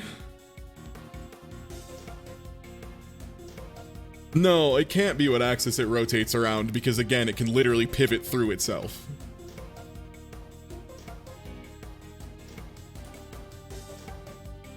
So x equals plus z, x goes to plus z, and plus z goes to minus x, aka plus z minus x. I don't know what you mean by aka in that. Because yeah, it goes from plus x to plus z, correct? And then it goes from plus z to minus x. Like they're both... But then it goes from minus x to plus z. And that's the part I'm super not getting. Because, like, both of them invert both times. So you take the first thing it transformed to, and then the second thing it went to, and you put them together. Okay, so plus z to minus x, and then it's minus x to minus z, and then minus z to plus x. Or do we just do the positives and we just ignore negatives entirely? This is like the issue. I'm having trouble figuring out how we're getting these values. Because because again, like everything is transforming at the same time. You just ignore the negative axes? Okay, so I just go plus x to plus z, and then plus z to plus x. So we just ignore negative starts. So in that case, subrotation 2 goes from plus x to plus z. So that means we just go plus z, and then we go from plus z to minus x. So that's minus x. And we go from plus y to minus y. So that's minus y. Am I getting this correct?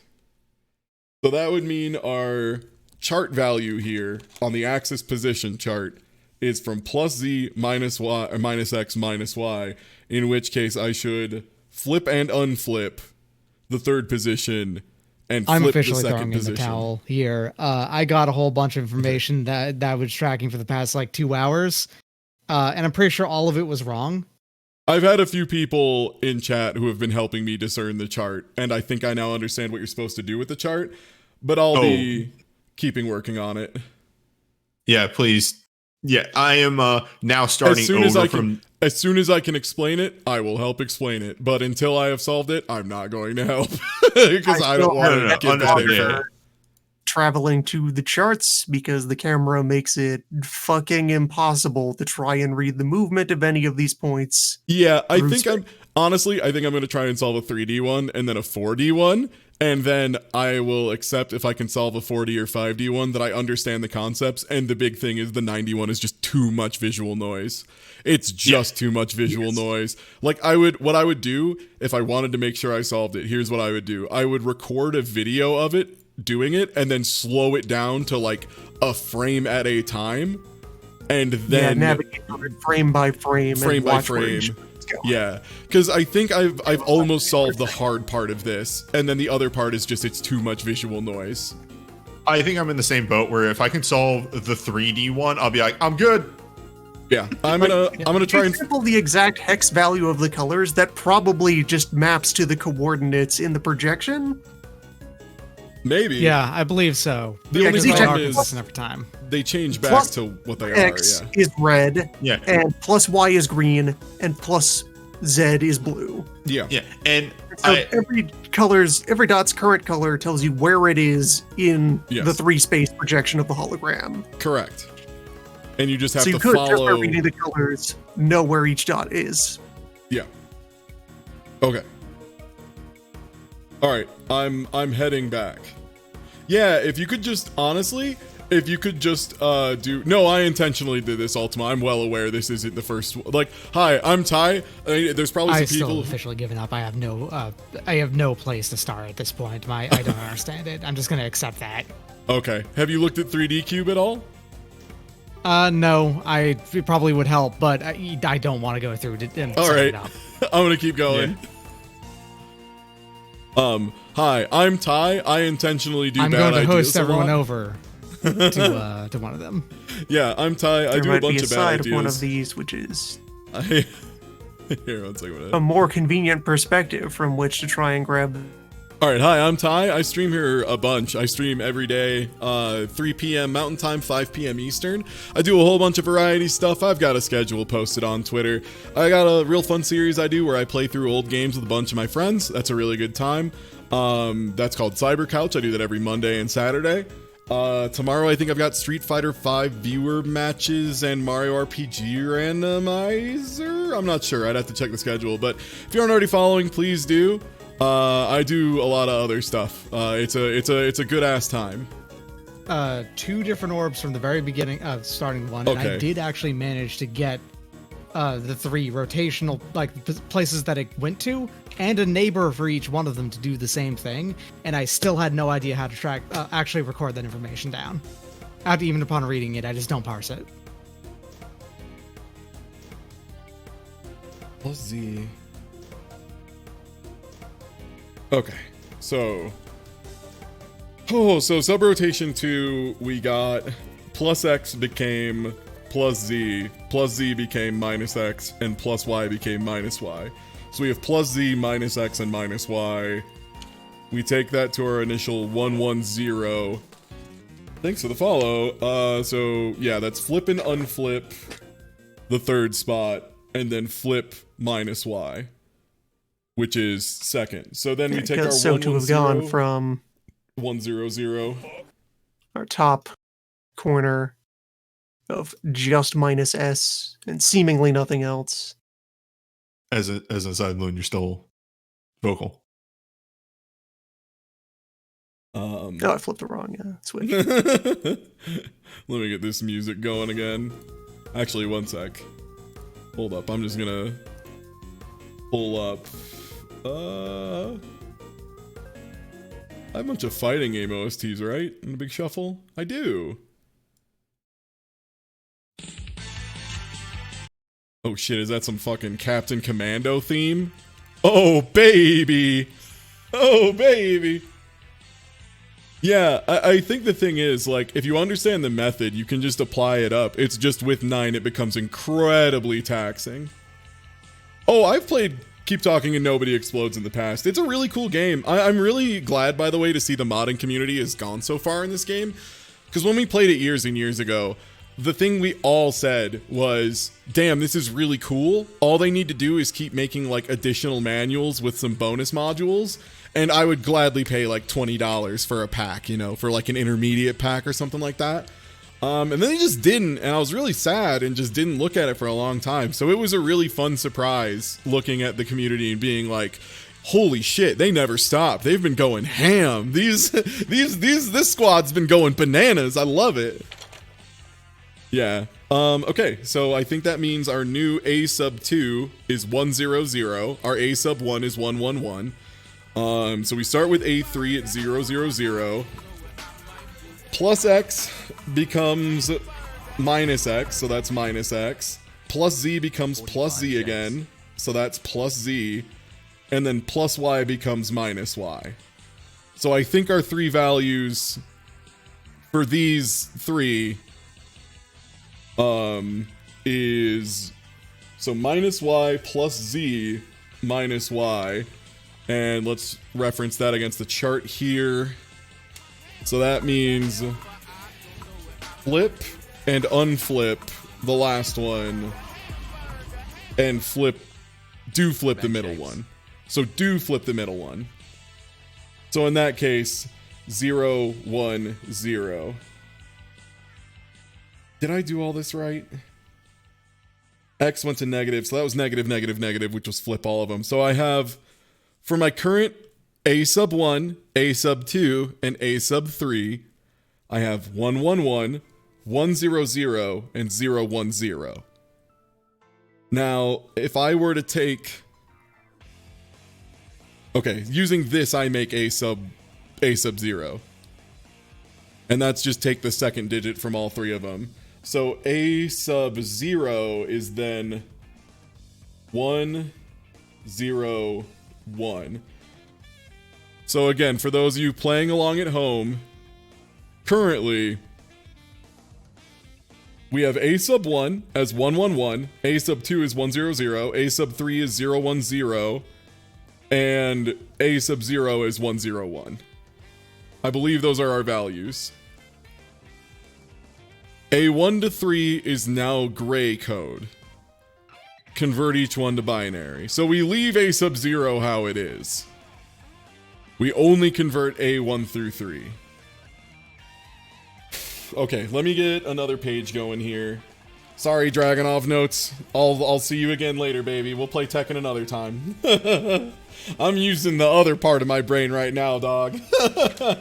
Alright, so I'm just gonna get another page here with sub 1, sub 2, sub 3, and sub 0. Sub 0, what a guy! So that's 1, 0, 1. I'm just gonna get the binary conversions. So, where was that gray code converter I had?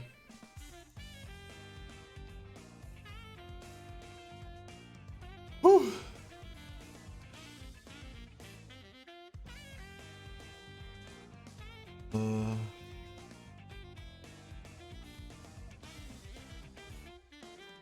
So, binary to gray. Okay, so we're assuming those other ones are gray code now. So, a sub 1 is 1, 1, 1, which converted from gray code to binary is 1, 0, 1. So, a sub 1 is 1, 0, 1. A sub 2 goes from 1, 0, 0 to 1, 1, 1. And then a sub 3 is 0, 1, 0, which becomes 0, 1, 1. Okay, so a sub 0 was 1, 0, 1, and we don't convert that, because only a 1 through 3 are gray code, according to this. So 1, 1, 1 becomes 1, 0, 1, I believe, if this converter is correct. 1, 0, 0, because I'm just doing these twice because I really want to make sure I don't dink this up. 1, 1, 1, and then 0, 1, 0 becomes 0, 1, 1. Okay. I think I now have what they want there. Because I think this is just... Sorry, let me get the manual back on screen. So I think this is just explaining how to convert to binary from gray code. So I just did it manually. Okay. So we have at A1, starting from A1, add the current A, which is A1, 1, 0, 1, and with the previous A, which is A0, which is also 1, 0, 1. So those are the same. We add them together. It becomes 2, 0, 2. We replace the 2s with 0s on each step. We now have 0, 0, 0. This is A sub 0, 1. A sub 0, 1, 2. We now add 1, 1, 1. That leaves us with 1, 1, 1. We don't invert anything. We now add A sub 3, which gives us 1, 2, 2, which simplifies to 1, 0, 0. Replace every 0 with a minus and every positive 1 with a positive. Okay, so that means we have positive, negative, negative, and this maps on order X, Y, and Z. So, I believe the cube. I believe the solution is the positive X, negative Y, negative Z sphere. So of this orb, when it's locked in place, we want to get the guy that's over on the right, towards the back, and at the bottom. So it ended up being the same, but I do believe we've done the code correctly now.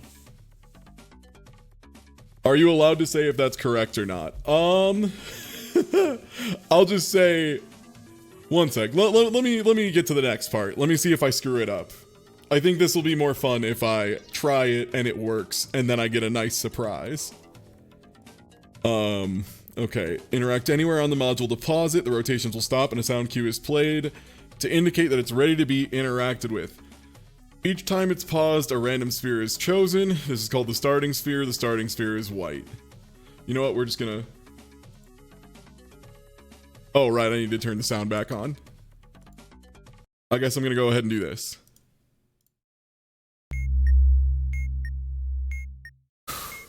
Okay.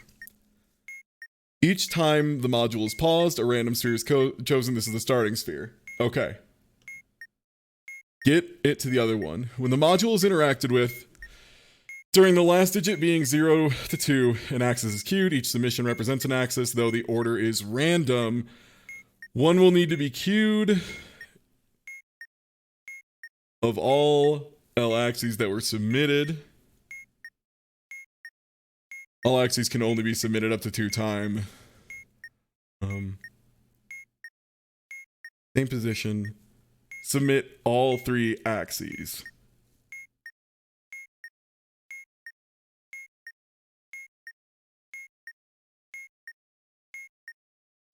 So right now, we're at negative X, positive Y, because that's towards us, and positive Z. So I think I need to flip it around all of them. 0, 1. I'll do these 2. And then I'll click it again on 2. So this should move it, right?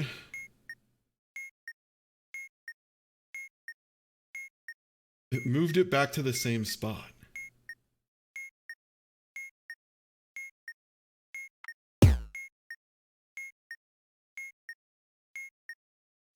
So if I click it at 0, and then let it resolve, that inverted the Z axis. So we're now at negative, is that negative Z? One sec. Yes, we're at negative Z. So if I click it on 1,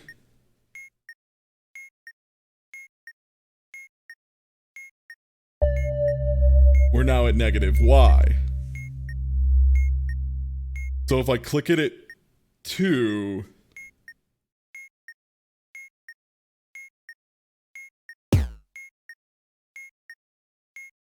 that should put us at positive X, negative Y, negative Z. Okay. Now how do I submit this? All axes can only be submitted up to 2 times. Submit all 3 axes. So I just need to click it all the times. 1, 2, 3.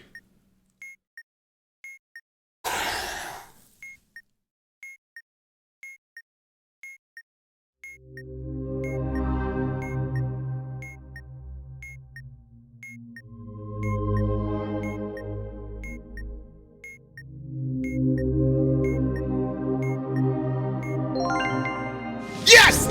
Fuck yeah! Yes!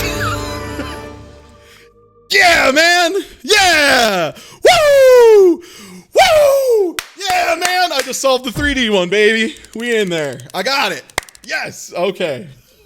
Hey, Congratulations, Prince of Shapes. I've started. Step 1 complete. Oh, man. I need some help figuring out. Yeah. So I understand the movement of the sphere and all of that, but I'm confused at what it actually wants me to record for this first figuring out the axes stuff. So what it wants you to do is for that single rotation. So for example, start with positive X, and then on the first rotation, and remember, we're taking only notes on the first rotation, so you have to wait until it cycles around to check again. So you write down, like, let's say positive X flips around to negative X. So then you write down positive X, negative X. Then you wait until it comes back around and you see negative X. What does negative X go to? For example, let's say negative X goes back to positive X. So your list then is from positive X to negative X and then back to the initial value. So your complete list is plus X minus X. You then look at the diagram for what plus X to minus X gives you and also what minus X to plus X gives you. The only time you don't loop the list like that is if it's only a single thing. Like it goes from being plus Z to being plus Z again, aka it doesn't change. And then that's a sub. So, and then those complete looped lists, those are your sub rotations.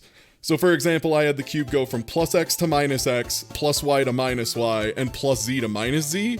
And those were just the full list. That was all 3 loops. And that was my list of sub rotations. And then on another one, I had it go from plus X to plus Z, and then plus Z went to minus X, and then minus X went to minus Z, and then looped around to plus X again. That's the complete sub-rotation.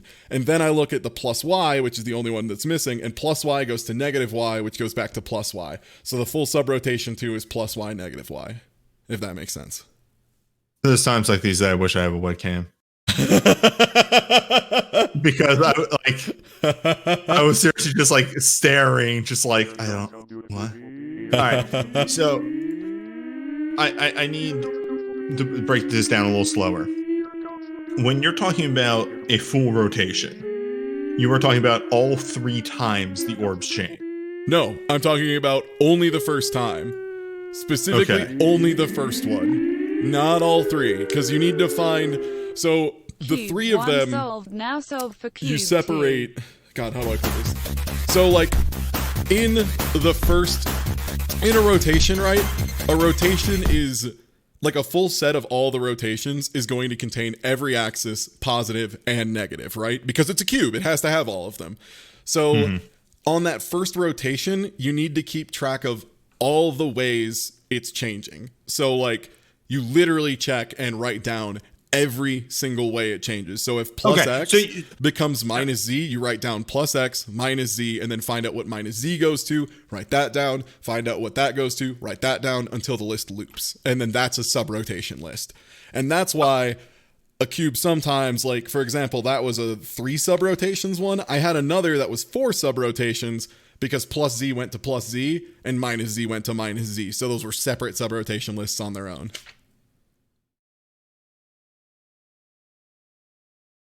Okay, so really what that boils down to is you have to record the placement in relation to your starting node on each rotation. Correct. So like, okay, if plus X rotates to plus Z, you then wait for it to cycle back around because again, it's not you're following like rotation 1, rotation 2, rotation 3. You're recording all of the ways rotation 1 transforms it and forming that into lists. Which, so as far as the methodology that I am kind of half-assedly going about implementing while continuing to stare blankly at the 9 cube, pick some arbitrary one to be the center of where you're going to look from. I picked the whitest cube that is up in the plus all directions, that corner, and then look at a sphere that is adjacent to it along one axis. Record what it does. Then look at one that's adjacent to it on a different axis and record what that one does. Yeah, that's what I've been doing. But each node will be next to the same nodes before and after each rotation because the underlying shape isn't changing. It's just spinning. It's just spinning, yeah. Okay, that's okay. That lines up with what I was saying. It's just the fucking wording in this document is god awful. Yeah. If you have any questions as to how to apply the numbers you have to the charts, feel free to hit me up. That's literally why I was doing the 3-dimensional shape, was to get that all straightened out. So Also, using the exact color values to identify spheres looks promising. Like I have a screenshot I've been looking at for a while, and I took the exact hex values of 2 adjacent spheres, and they were like okay. exactly 64 color points different in one RGB value. Okay. And so then you can the find places where I think they landed were exactly 64 RGB different in a different direction. Okay. I see. All right. I'm going to start working on a 5-dimensional one and see if I can pull that off. Good luck. Yeah, thank you. okay.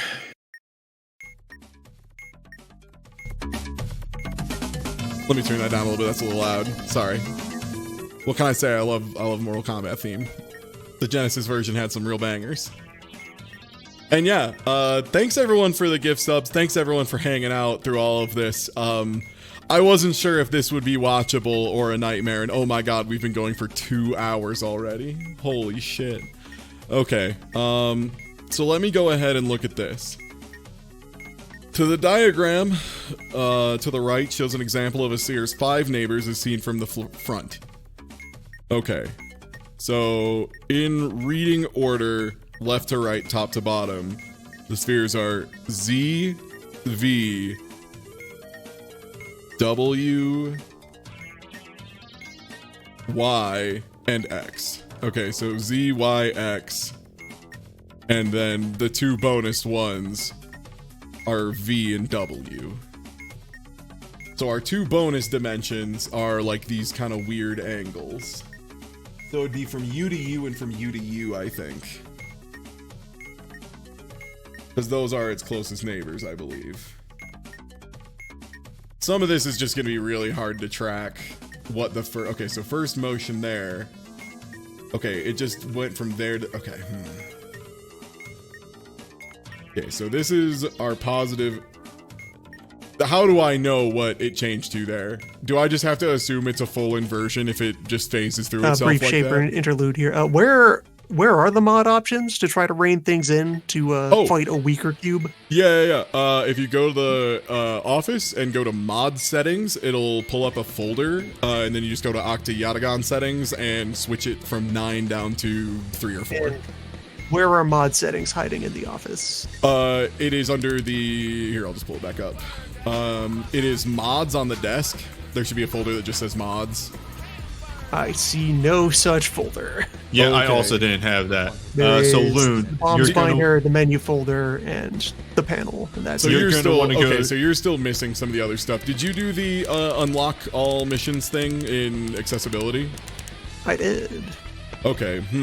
I don't know why you don't have a mods folder on your desk, but Loon, I can direct you to it. yeah, it's in Windows file somewhere. It's in owner, app data, local low, Steel Crate Games, and then there's a no talking folder. Yeah. Or keep talking. No talking, and everyone explodes. No talking, only peril. Anyway, All right, I'm back at it again at the Krispy Kreme. Okay, I think I can use it if it does something like that. It inverts across that axis, whatever that axis is. You don't need to keep saying that other keep talking and no one explodes mods are good. Everyone knows. Everyone knows I'm doing a bad idea on purpose. Calm down. Okay, so that becomes one of those purple guys. Okay, so I just need to wait for it to settle into place. Okay, that was last rotation. So what does red become? Red becomes this guy, I think? So I just need to keep... Okay, I'm gonna need to take a bunch of screenshot stuff. So red phases through to become this guy. Okay.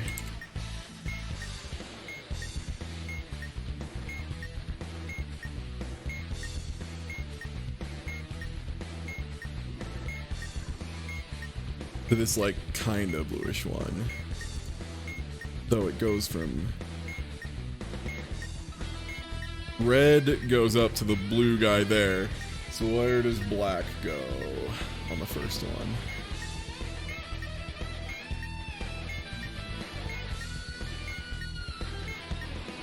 Alright, then pause.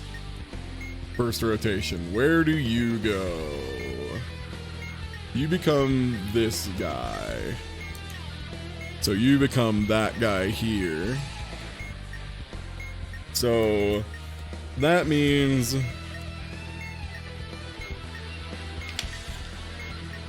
plus X then goes to being, what is the relation of those two guys? Kind of purpley guy up here. So what's the relative angle between those two? What axis is that? That's one of the bonus axes for sure. But which bonus axes? We're going from this dark blue guy to this kind of weird little like lilac-y guy. So it's these. I don't know. I don't think I have cursor capturing right now. One sec. Sorry, I'm juggling like 6 windows.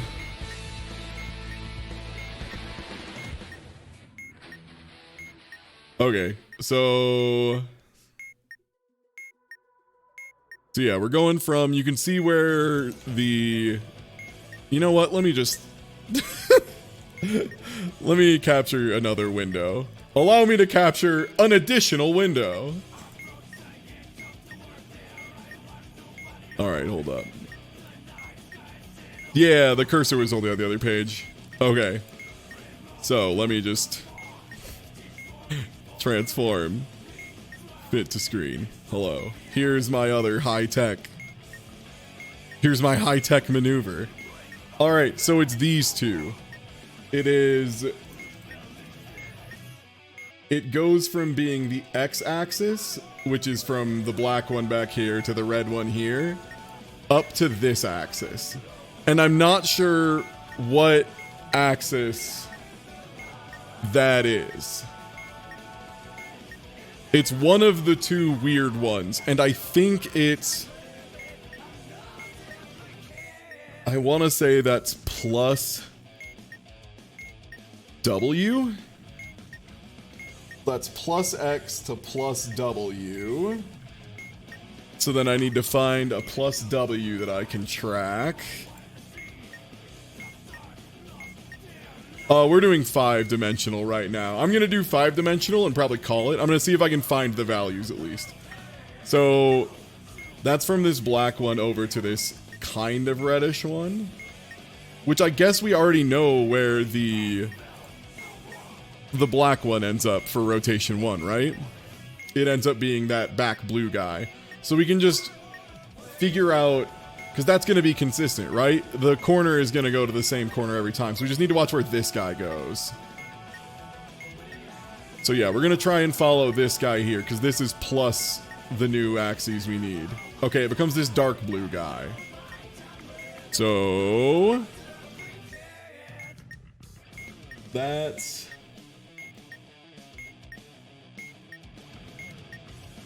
So I'm just going to put this... Let me get this all back on screen again. Okay, so my methodology, this is now known as origin 1. So X became this, and so then we translate it back to origin 1, which is this axis, and we see where this dot goes, and it goes over here.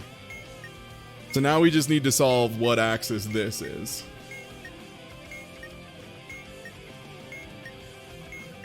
So, we just need to find out what that is.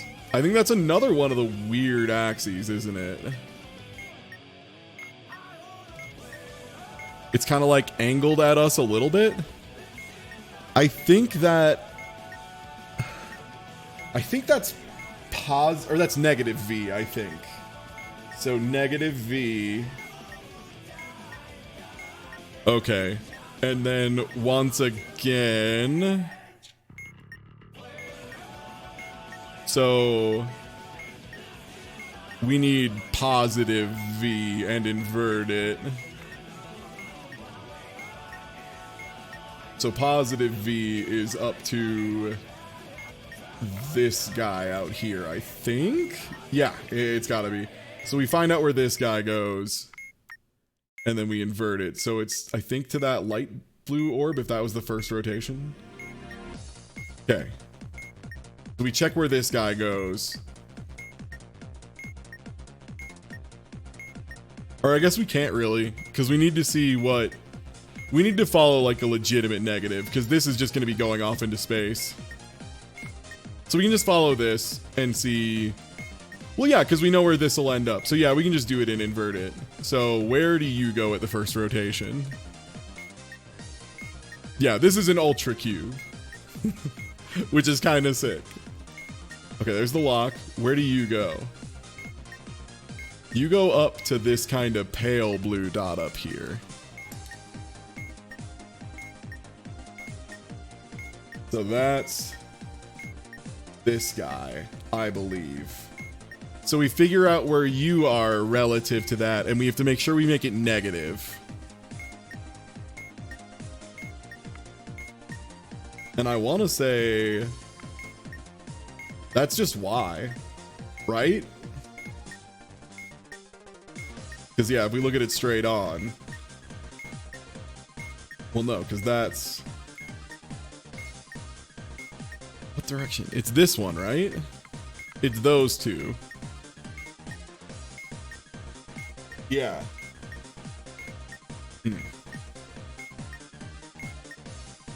So what... Is that one of our defined axes? I think it's plus Y. I think that just is the plus Y neighbor, and it's just reading a little weird because the angle of the game. Because like if you look at it from the side like this, yeah, I think that's plus Y, which means we want it to be negative Y. So negative V goes to negative Y. And then we can see what... Oh my god. First one here.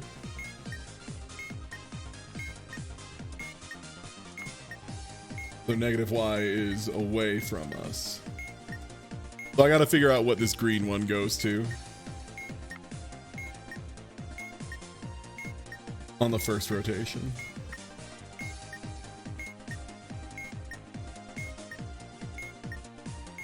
I don't know how to tell which one that went to.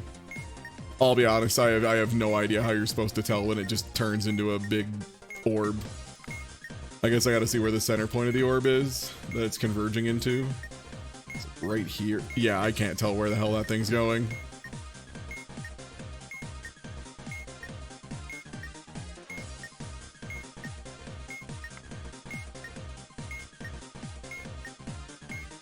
Ty, this is why it took me 2 hours that purple. to find Okay. 2 points on the 9-dimensional version Yeah.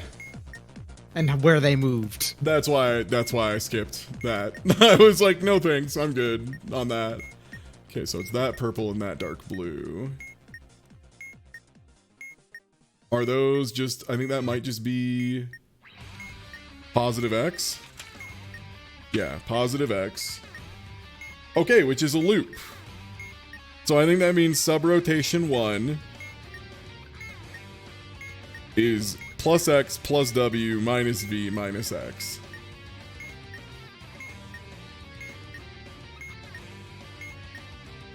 So now I need to look at another one that we didn't get. So let's start with plus Y and see where plus Y goes to. So that's this boy. Goes to here, which is negative Z, I believe.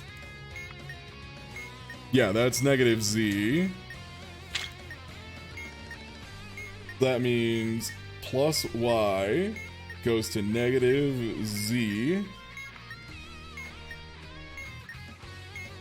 And negative Z, which Z is top to bottom, okay. wait till we get to first rotation again.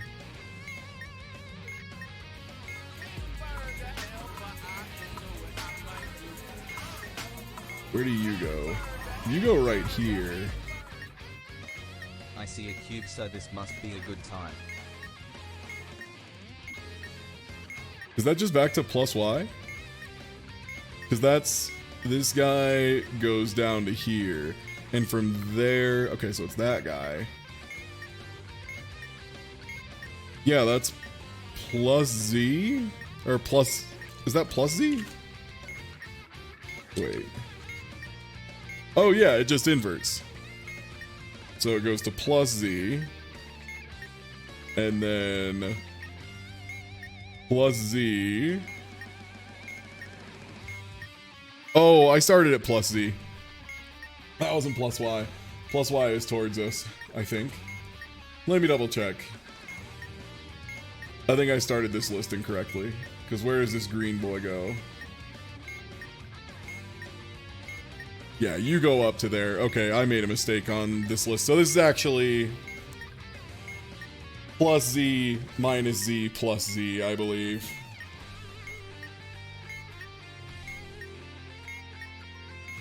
So I think sub-rotation 2 is just that axis flips over. If we watch this and this guy just stays down and this guy zoops over the top of it. Yeah, you can see how those two invert on the first one. So I guess I need to watch this guy and see if it also becomes the black one on or whatever. Okay. Because yeah, negative, positive Z.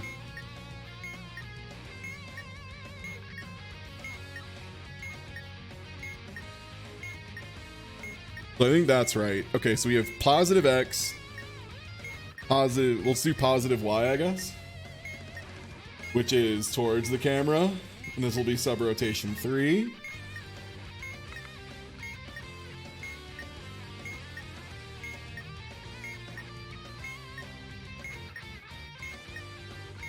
Alright, so where do you end up? You go up to this purple guy. Is that right? That purple guy relative? Is that plus... I think that's just plus plus Z, isn't it? That can't be right. Oh, that's plus X. Wait, we already had plus X. Okay. Because, yeah, plus X becomes this. Whatever that is, plus W. So that can't be right. I must have just misread that. Okay, so you...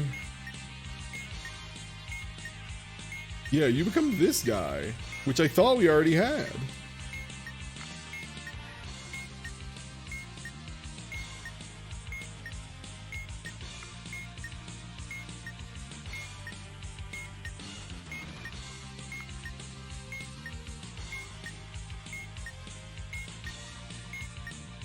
Hey, Ty. One sec. All right, now. 1 sec. When you get a second. Yeah. Or is that the slightly in front one?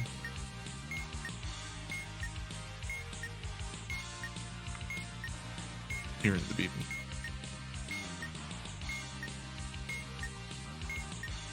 Yeah, hello, sorry, I'm having... I think I might just call it here because I understand the methodology and how they want me to apply it. I just am having a really, really hard time parsing which orb becomes which and what axis is that. Like, I have the idea of how to do it and I know how to break it down. I'm just clearly making some mistakes when I'm following these orbs. And I think this is the last thing that I need to understand before I got the whole thing good to go. When do I stop recording rotations? What do you mean? Like sub-rotations?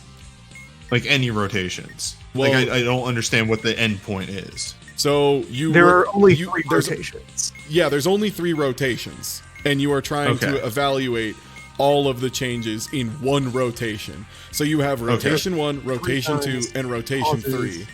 and then Yeah. rotates 3 times again. The same 3 rotations. Exactly. Okay. So you only evaluate rotation 1 at first.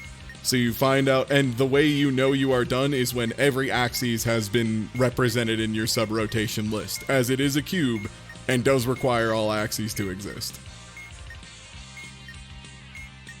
And that's positive and negative axes. Okay, so what you mean there is, each positive and negative X, Z, and Y have shown up at least once. Correct, because you need to record every way that every axis changes in your list. Now, is this in one of my columns or just in the whole table? It's just a thing you're making. You are making a list. You are listing all the ways it changes. So again, like if it rotates where the plus X axis, this is again just rotation 1. On rotation 1, let's say the plus X axis becomes the plus Z axis. You write down the first 2 parts of your sub-rotation 1 list is plus X and then plus Z. Then you wait until it gets back to rotation 1 again and see what does plus Z turn into. Okay, plus Z turns into minus X. Then you write down minus X, add that to the list. Then you wait again, see what does negative X turn into. Negative X becomes negative Z. Write down negative Z on the bottom of your list. Wait and see what negative Z turns into. Okay, negative Z turns into positive X. So your list has now looped. That's sub-rotation 1. Now you need to find out, okay, what other ones haven't I checked? In this case, like, okay, plus X and plus Z are both represented. Let's check plus Y. Then you check plus Y flips into negative Y, and then negative Y flips back into plus Y. So that list is just plus Y minus Y, that's the list. And then you have recorded every way which every axis changes. Then you use those numbers, or like those value changes, with that chart. So for the example of the one that goes from plus Y to minus Y, you literally just look at that chart and go from Y on the right to Y on the top, find out where they intersect, take that number, and if one of the two axes is negative, then the value is negative. If both are positive or both are negative, you get a positive value. Okay, so here's my question. Yes. In my cube, it went from... So in my positions related to... I started on black, so it was plus X, plus Z, plus Y. Plus X turned into minus X, plus Z turned into minus Z, plus Y turned into minus Y. Am I done? I mean, if that's all it is, if it rotated in such a way that in rotation 1, plus X, and remember, these are axes we're recording, not individual spheres. It's not individual points. It needs to be axes. You need to check where both spheres move to. When you say both spheres, yes, that's what I checked. Yeah. So you have the line. Like I wrote down the colors of each sphere that they turned into after the transformation and redid the orientation and and all that. Made sure it worked. Okay. I mean, if it rotated in such a way that plus X becomes minus X, which then becomes plus X again, and then Y becomes minus Y becomes Y again, and Z becomes negative Z becomes Z again. Yeah, that's your full list. That's sub-rotation 1, 2, and 3. So wait. Okay, that's where I got lost.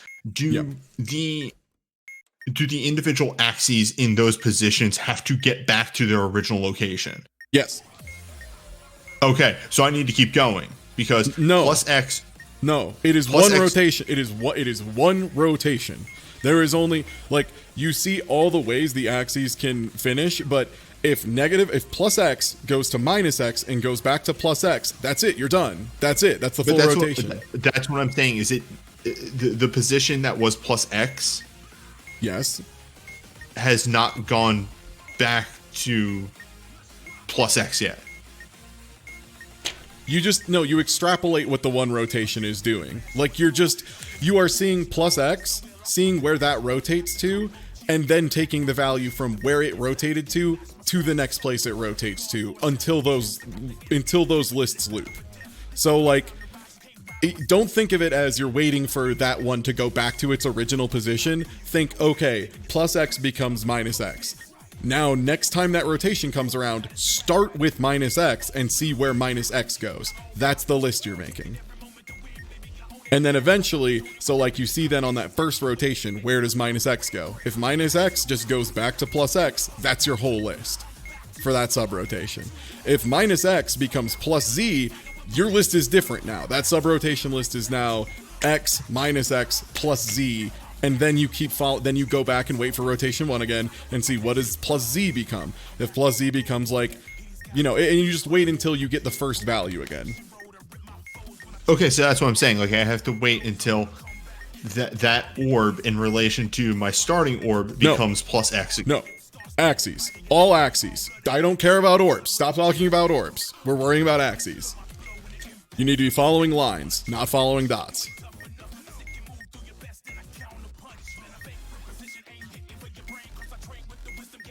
So, like, find out where the line that is plus X translates to.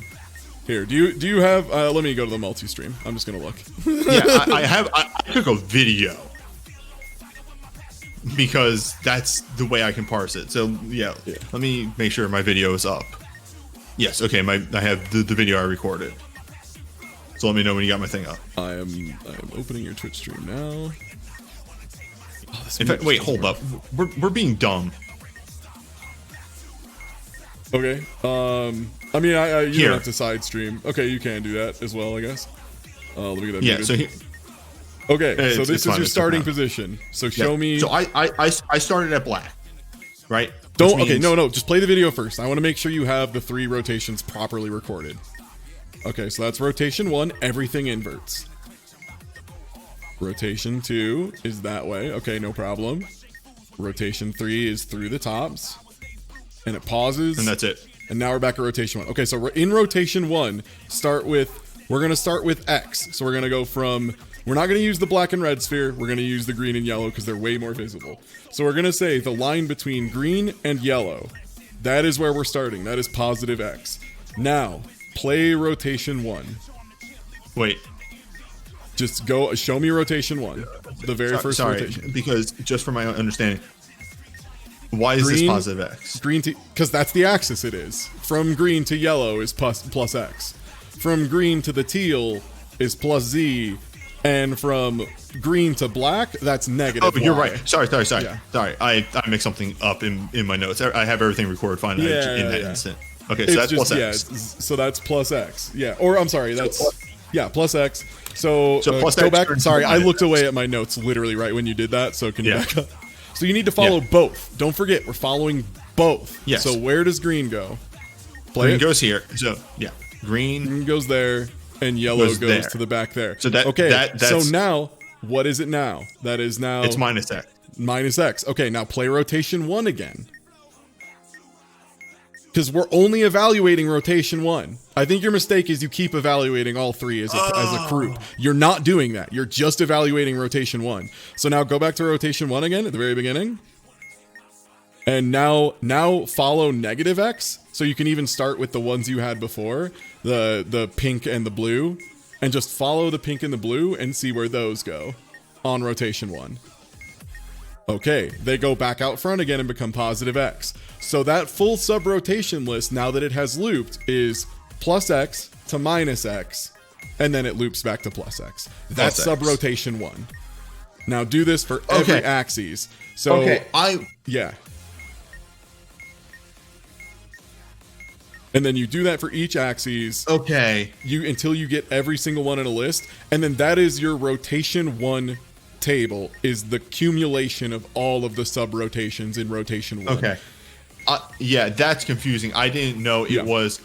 I didn't know you were analyzing the rotations. I thought you were analyzing how the axes were moving. It is in the series of rotation. In one rotation, you are evaluating each rotation individually as a separate thing. Each rotation will give you a value at the end. Okay. Yeah. Thank you. I was no problem. Yeah, misunderstanding. I could tell you were missing something. Yeah. No problem. All right. Thanks a lot. All right. Back to Tie Tuesday. Do a puzzle. Oh yeah, that might be in the manual. For what it's worth, this is a tremendously dense piece of writing that involves a lot of pretty involved, like, math and looking at everything. And yeah. So I don't know if I want to even do this anymore, just because this is like to the point where the hard part is just I can't tell where shit is moving or where certain things are supposed to be related. Because yeah, like you become this guy. And yeah, starting with plus Y, which is the green one.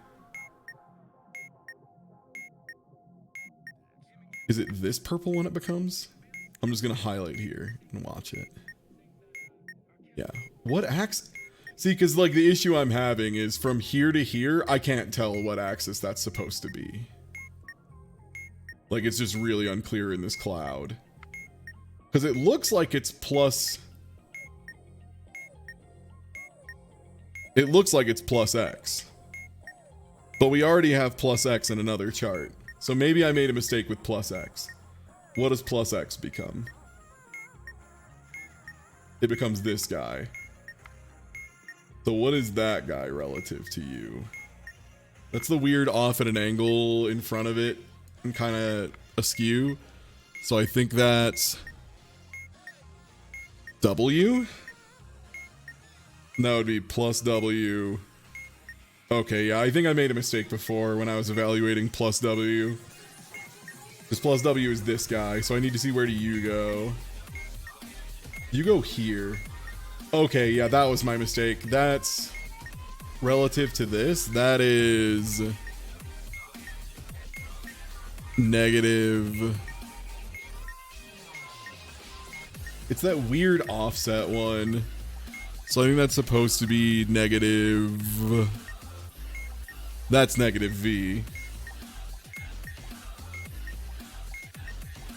Now, if negative V goes to positive Y, then we're good, and I just messed up one of my other lists.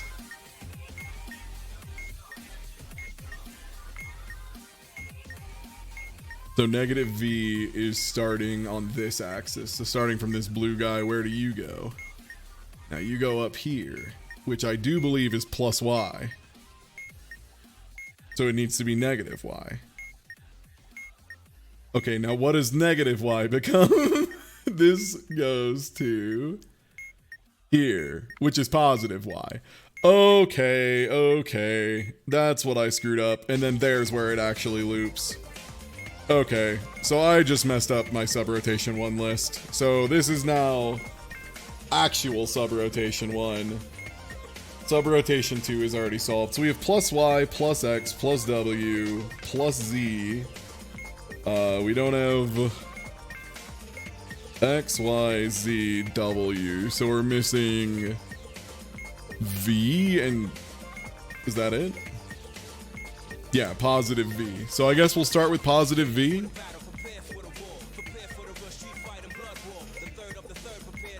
Alright, wait till it locks.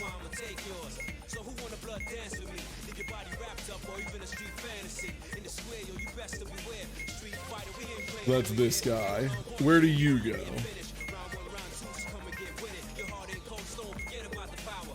That's plus Y. Wait, how? How is that also plus Y? We already have plus Y. Okay, yeah. I know what they want me to do at this point. It's just the visual noise is too much.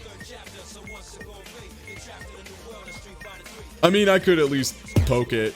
But yeah, for what it's worth, I think the way you would make this more accessible and better in general is have it so the rotations are slower, and also it doesn't change the color until it's fully in position and locked, and then it changes to the new color. That way tracking them isn't a nightmare. You can just follow, okay, the green one goes up there and then turns into the purple one. And then I have the exact information of where did this dot go to and what is the new dot it is. That would make this so much more scrutable. If I had that, I could probably do the 9D one without too much issue. But as it is right now, having them change color partway through just makes this completely impossible to... I mean, not impossible, it's doable. It's just, yeah, it's just a really, really, it's just impossible to, not impossible. It's very, very difficult to read, what directions these things are. Yeah, if they had it where it kept the color until it moved to its final location, stayed at that color for a little bit, and then changed to the new color, because then you could use the information, as Loon stated, the absolute positions, track to the new spot, and then see what the new color is, and then the new color would indicate the new position. That would be... Yeah. That, I mean, that would require that change, but yeah, I think that would be... If I could do that, I could do 9D without too much issue, I think. Because that's the thing I'm having problems with, is just tracking which orb goes to where. But yeah, other than that, I mean, this thing is sick. This is really, really cool. It's a lot, and the manual's a little iffy and is missing some kind of key points of how it wants you to get information for tables. I mean, I can try the submission. I don't know what the value I'm trying to get is. Like, I know at this point, the whole thing is I could just click it, you know, what is it? Because, yeah, the problem is you can't really do the submission if you don't know what the anchor sphere is. Yeah, I mean, we solved 3.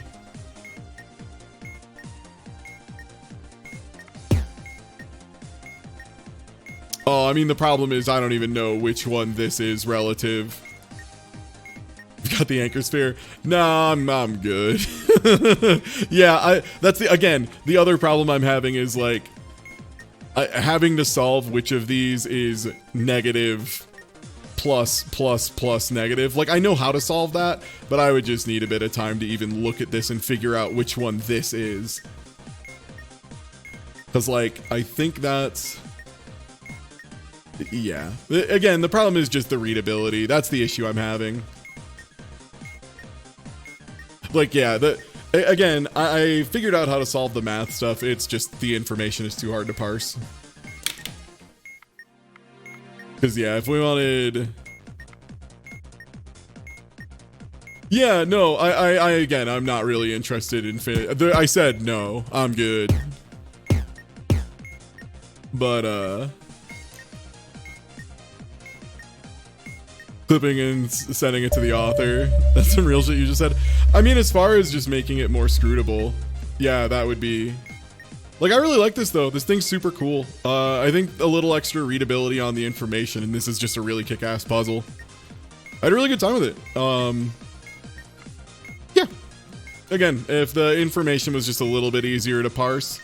Also, having the back one here be black is really rough, because as Loon pointed out earlier, it just kind of goes invisible a lot.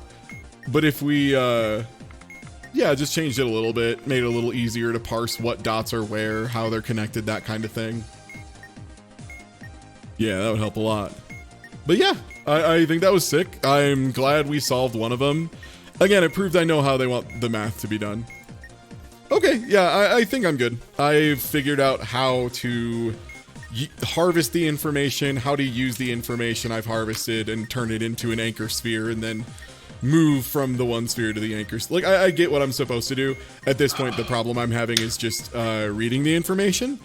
The thing I think that would make this work, I think Loon had a really good point with the way the colors work. I think the way you would make that work is have the spheres keep their color from the beginning of the move until the end of the move, have them lock in place, stay at that color for a little bit, and then slowly change to the new color. That way you could easily track, like, okay, the green sphere is now over here, and you could just see the green goes from here to here, and then it turns into, like, the lilac purple, and you can say, okay, the green one moved up to here and turned to the lilac purple, and then you could use that to harvest the axes information. Because right now it's just a little bit too much of a cloud to track. I can't do it visually. Yeah, I got it to generate a 4D one for me and began doing the honest work of tracking all of the movements, and it just takes a very long time. Yeah. This is built to be very tedious. Yeah, I mean, I've gotten it at this point. It's just a matter of, yeah, it's just a little too hard to read. But yeah, that was really cool. I'm good. I don't know if anyone else is gonna keep going. If you are, I'll host over to you. I'm probably gonna go for a little bit more. I don't know about Loon. All right. I kind of want to see this one hypercube through to its conclusion. Yeah. Yeah, that's where I'm at. I think solving one is good because once you've solved one, you could definitely apply it to higher stuff. You just need to do that. All right. Well, thanks for joining me. I'm gonna go ahead and mute myself. What? There it is. All right. Well, I'm gonna get going, everybody. I'm gonna host y'all over. I'll catch you later. Take easy. Have a good night. And depart the Council of Shapes to go into isolation.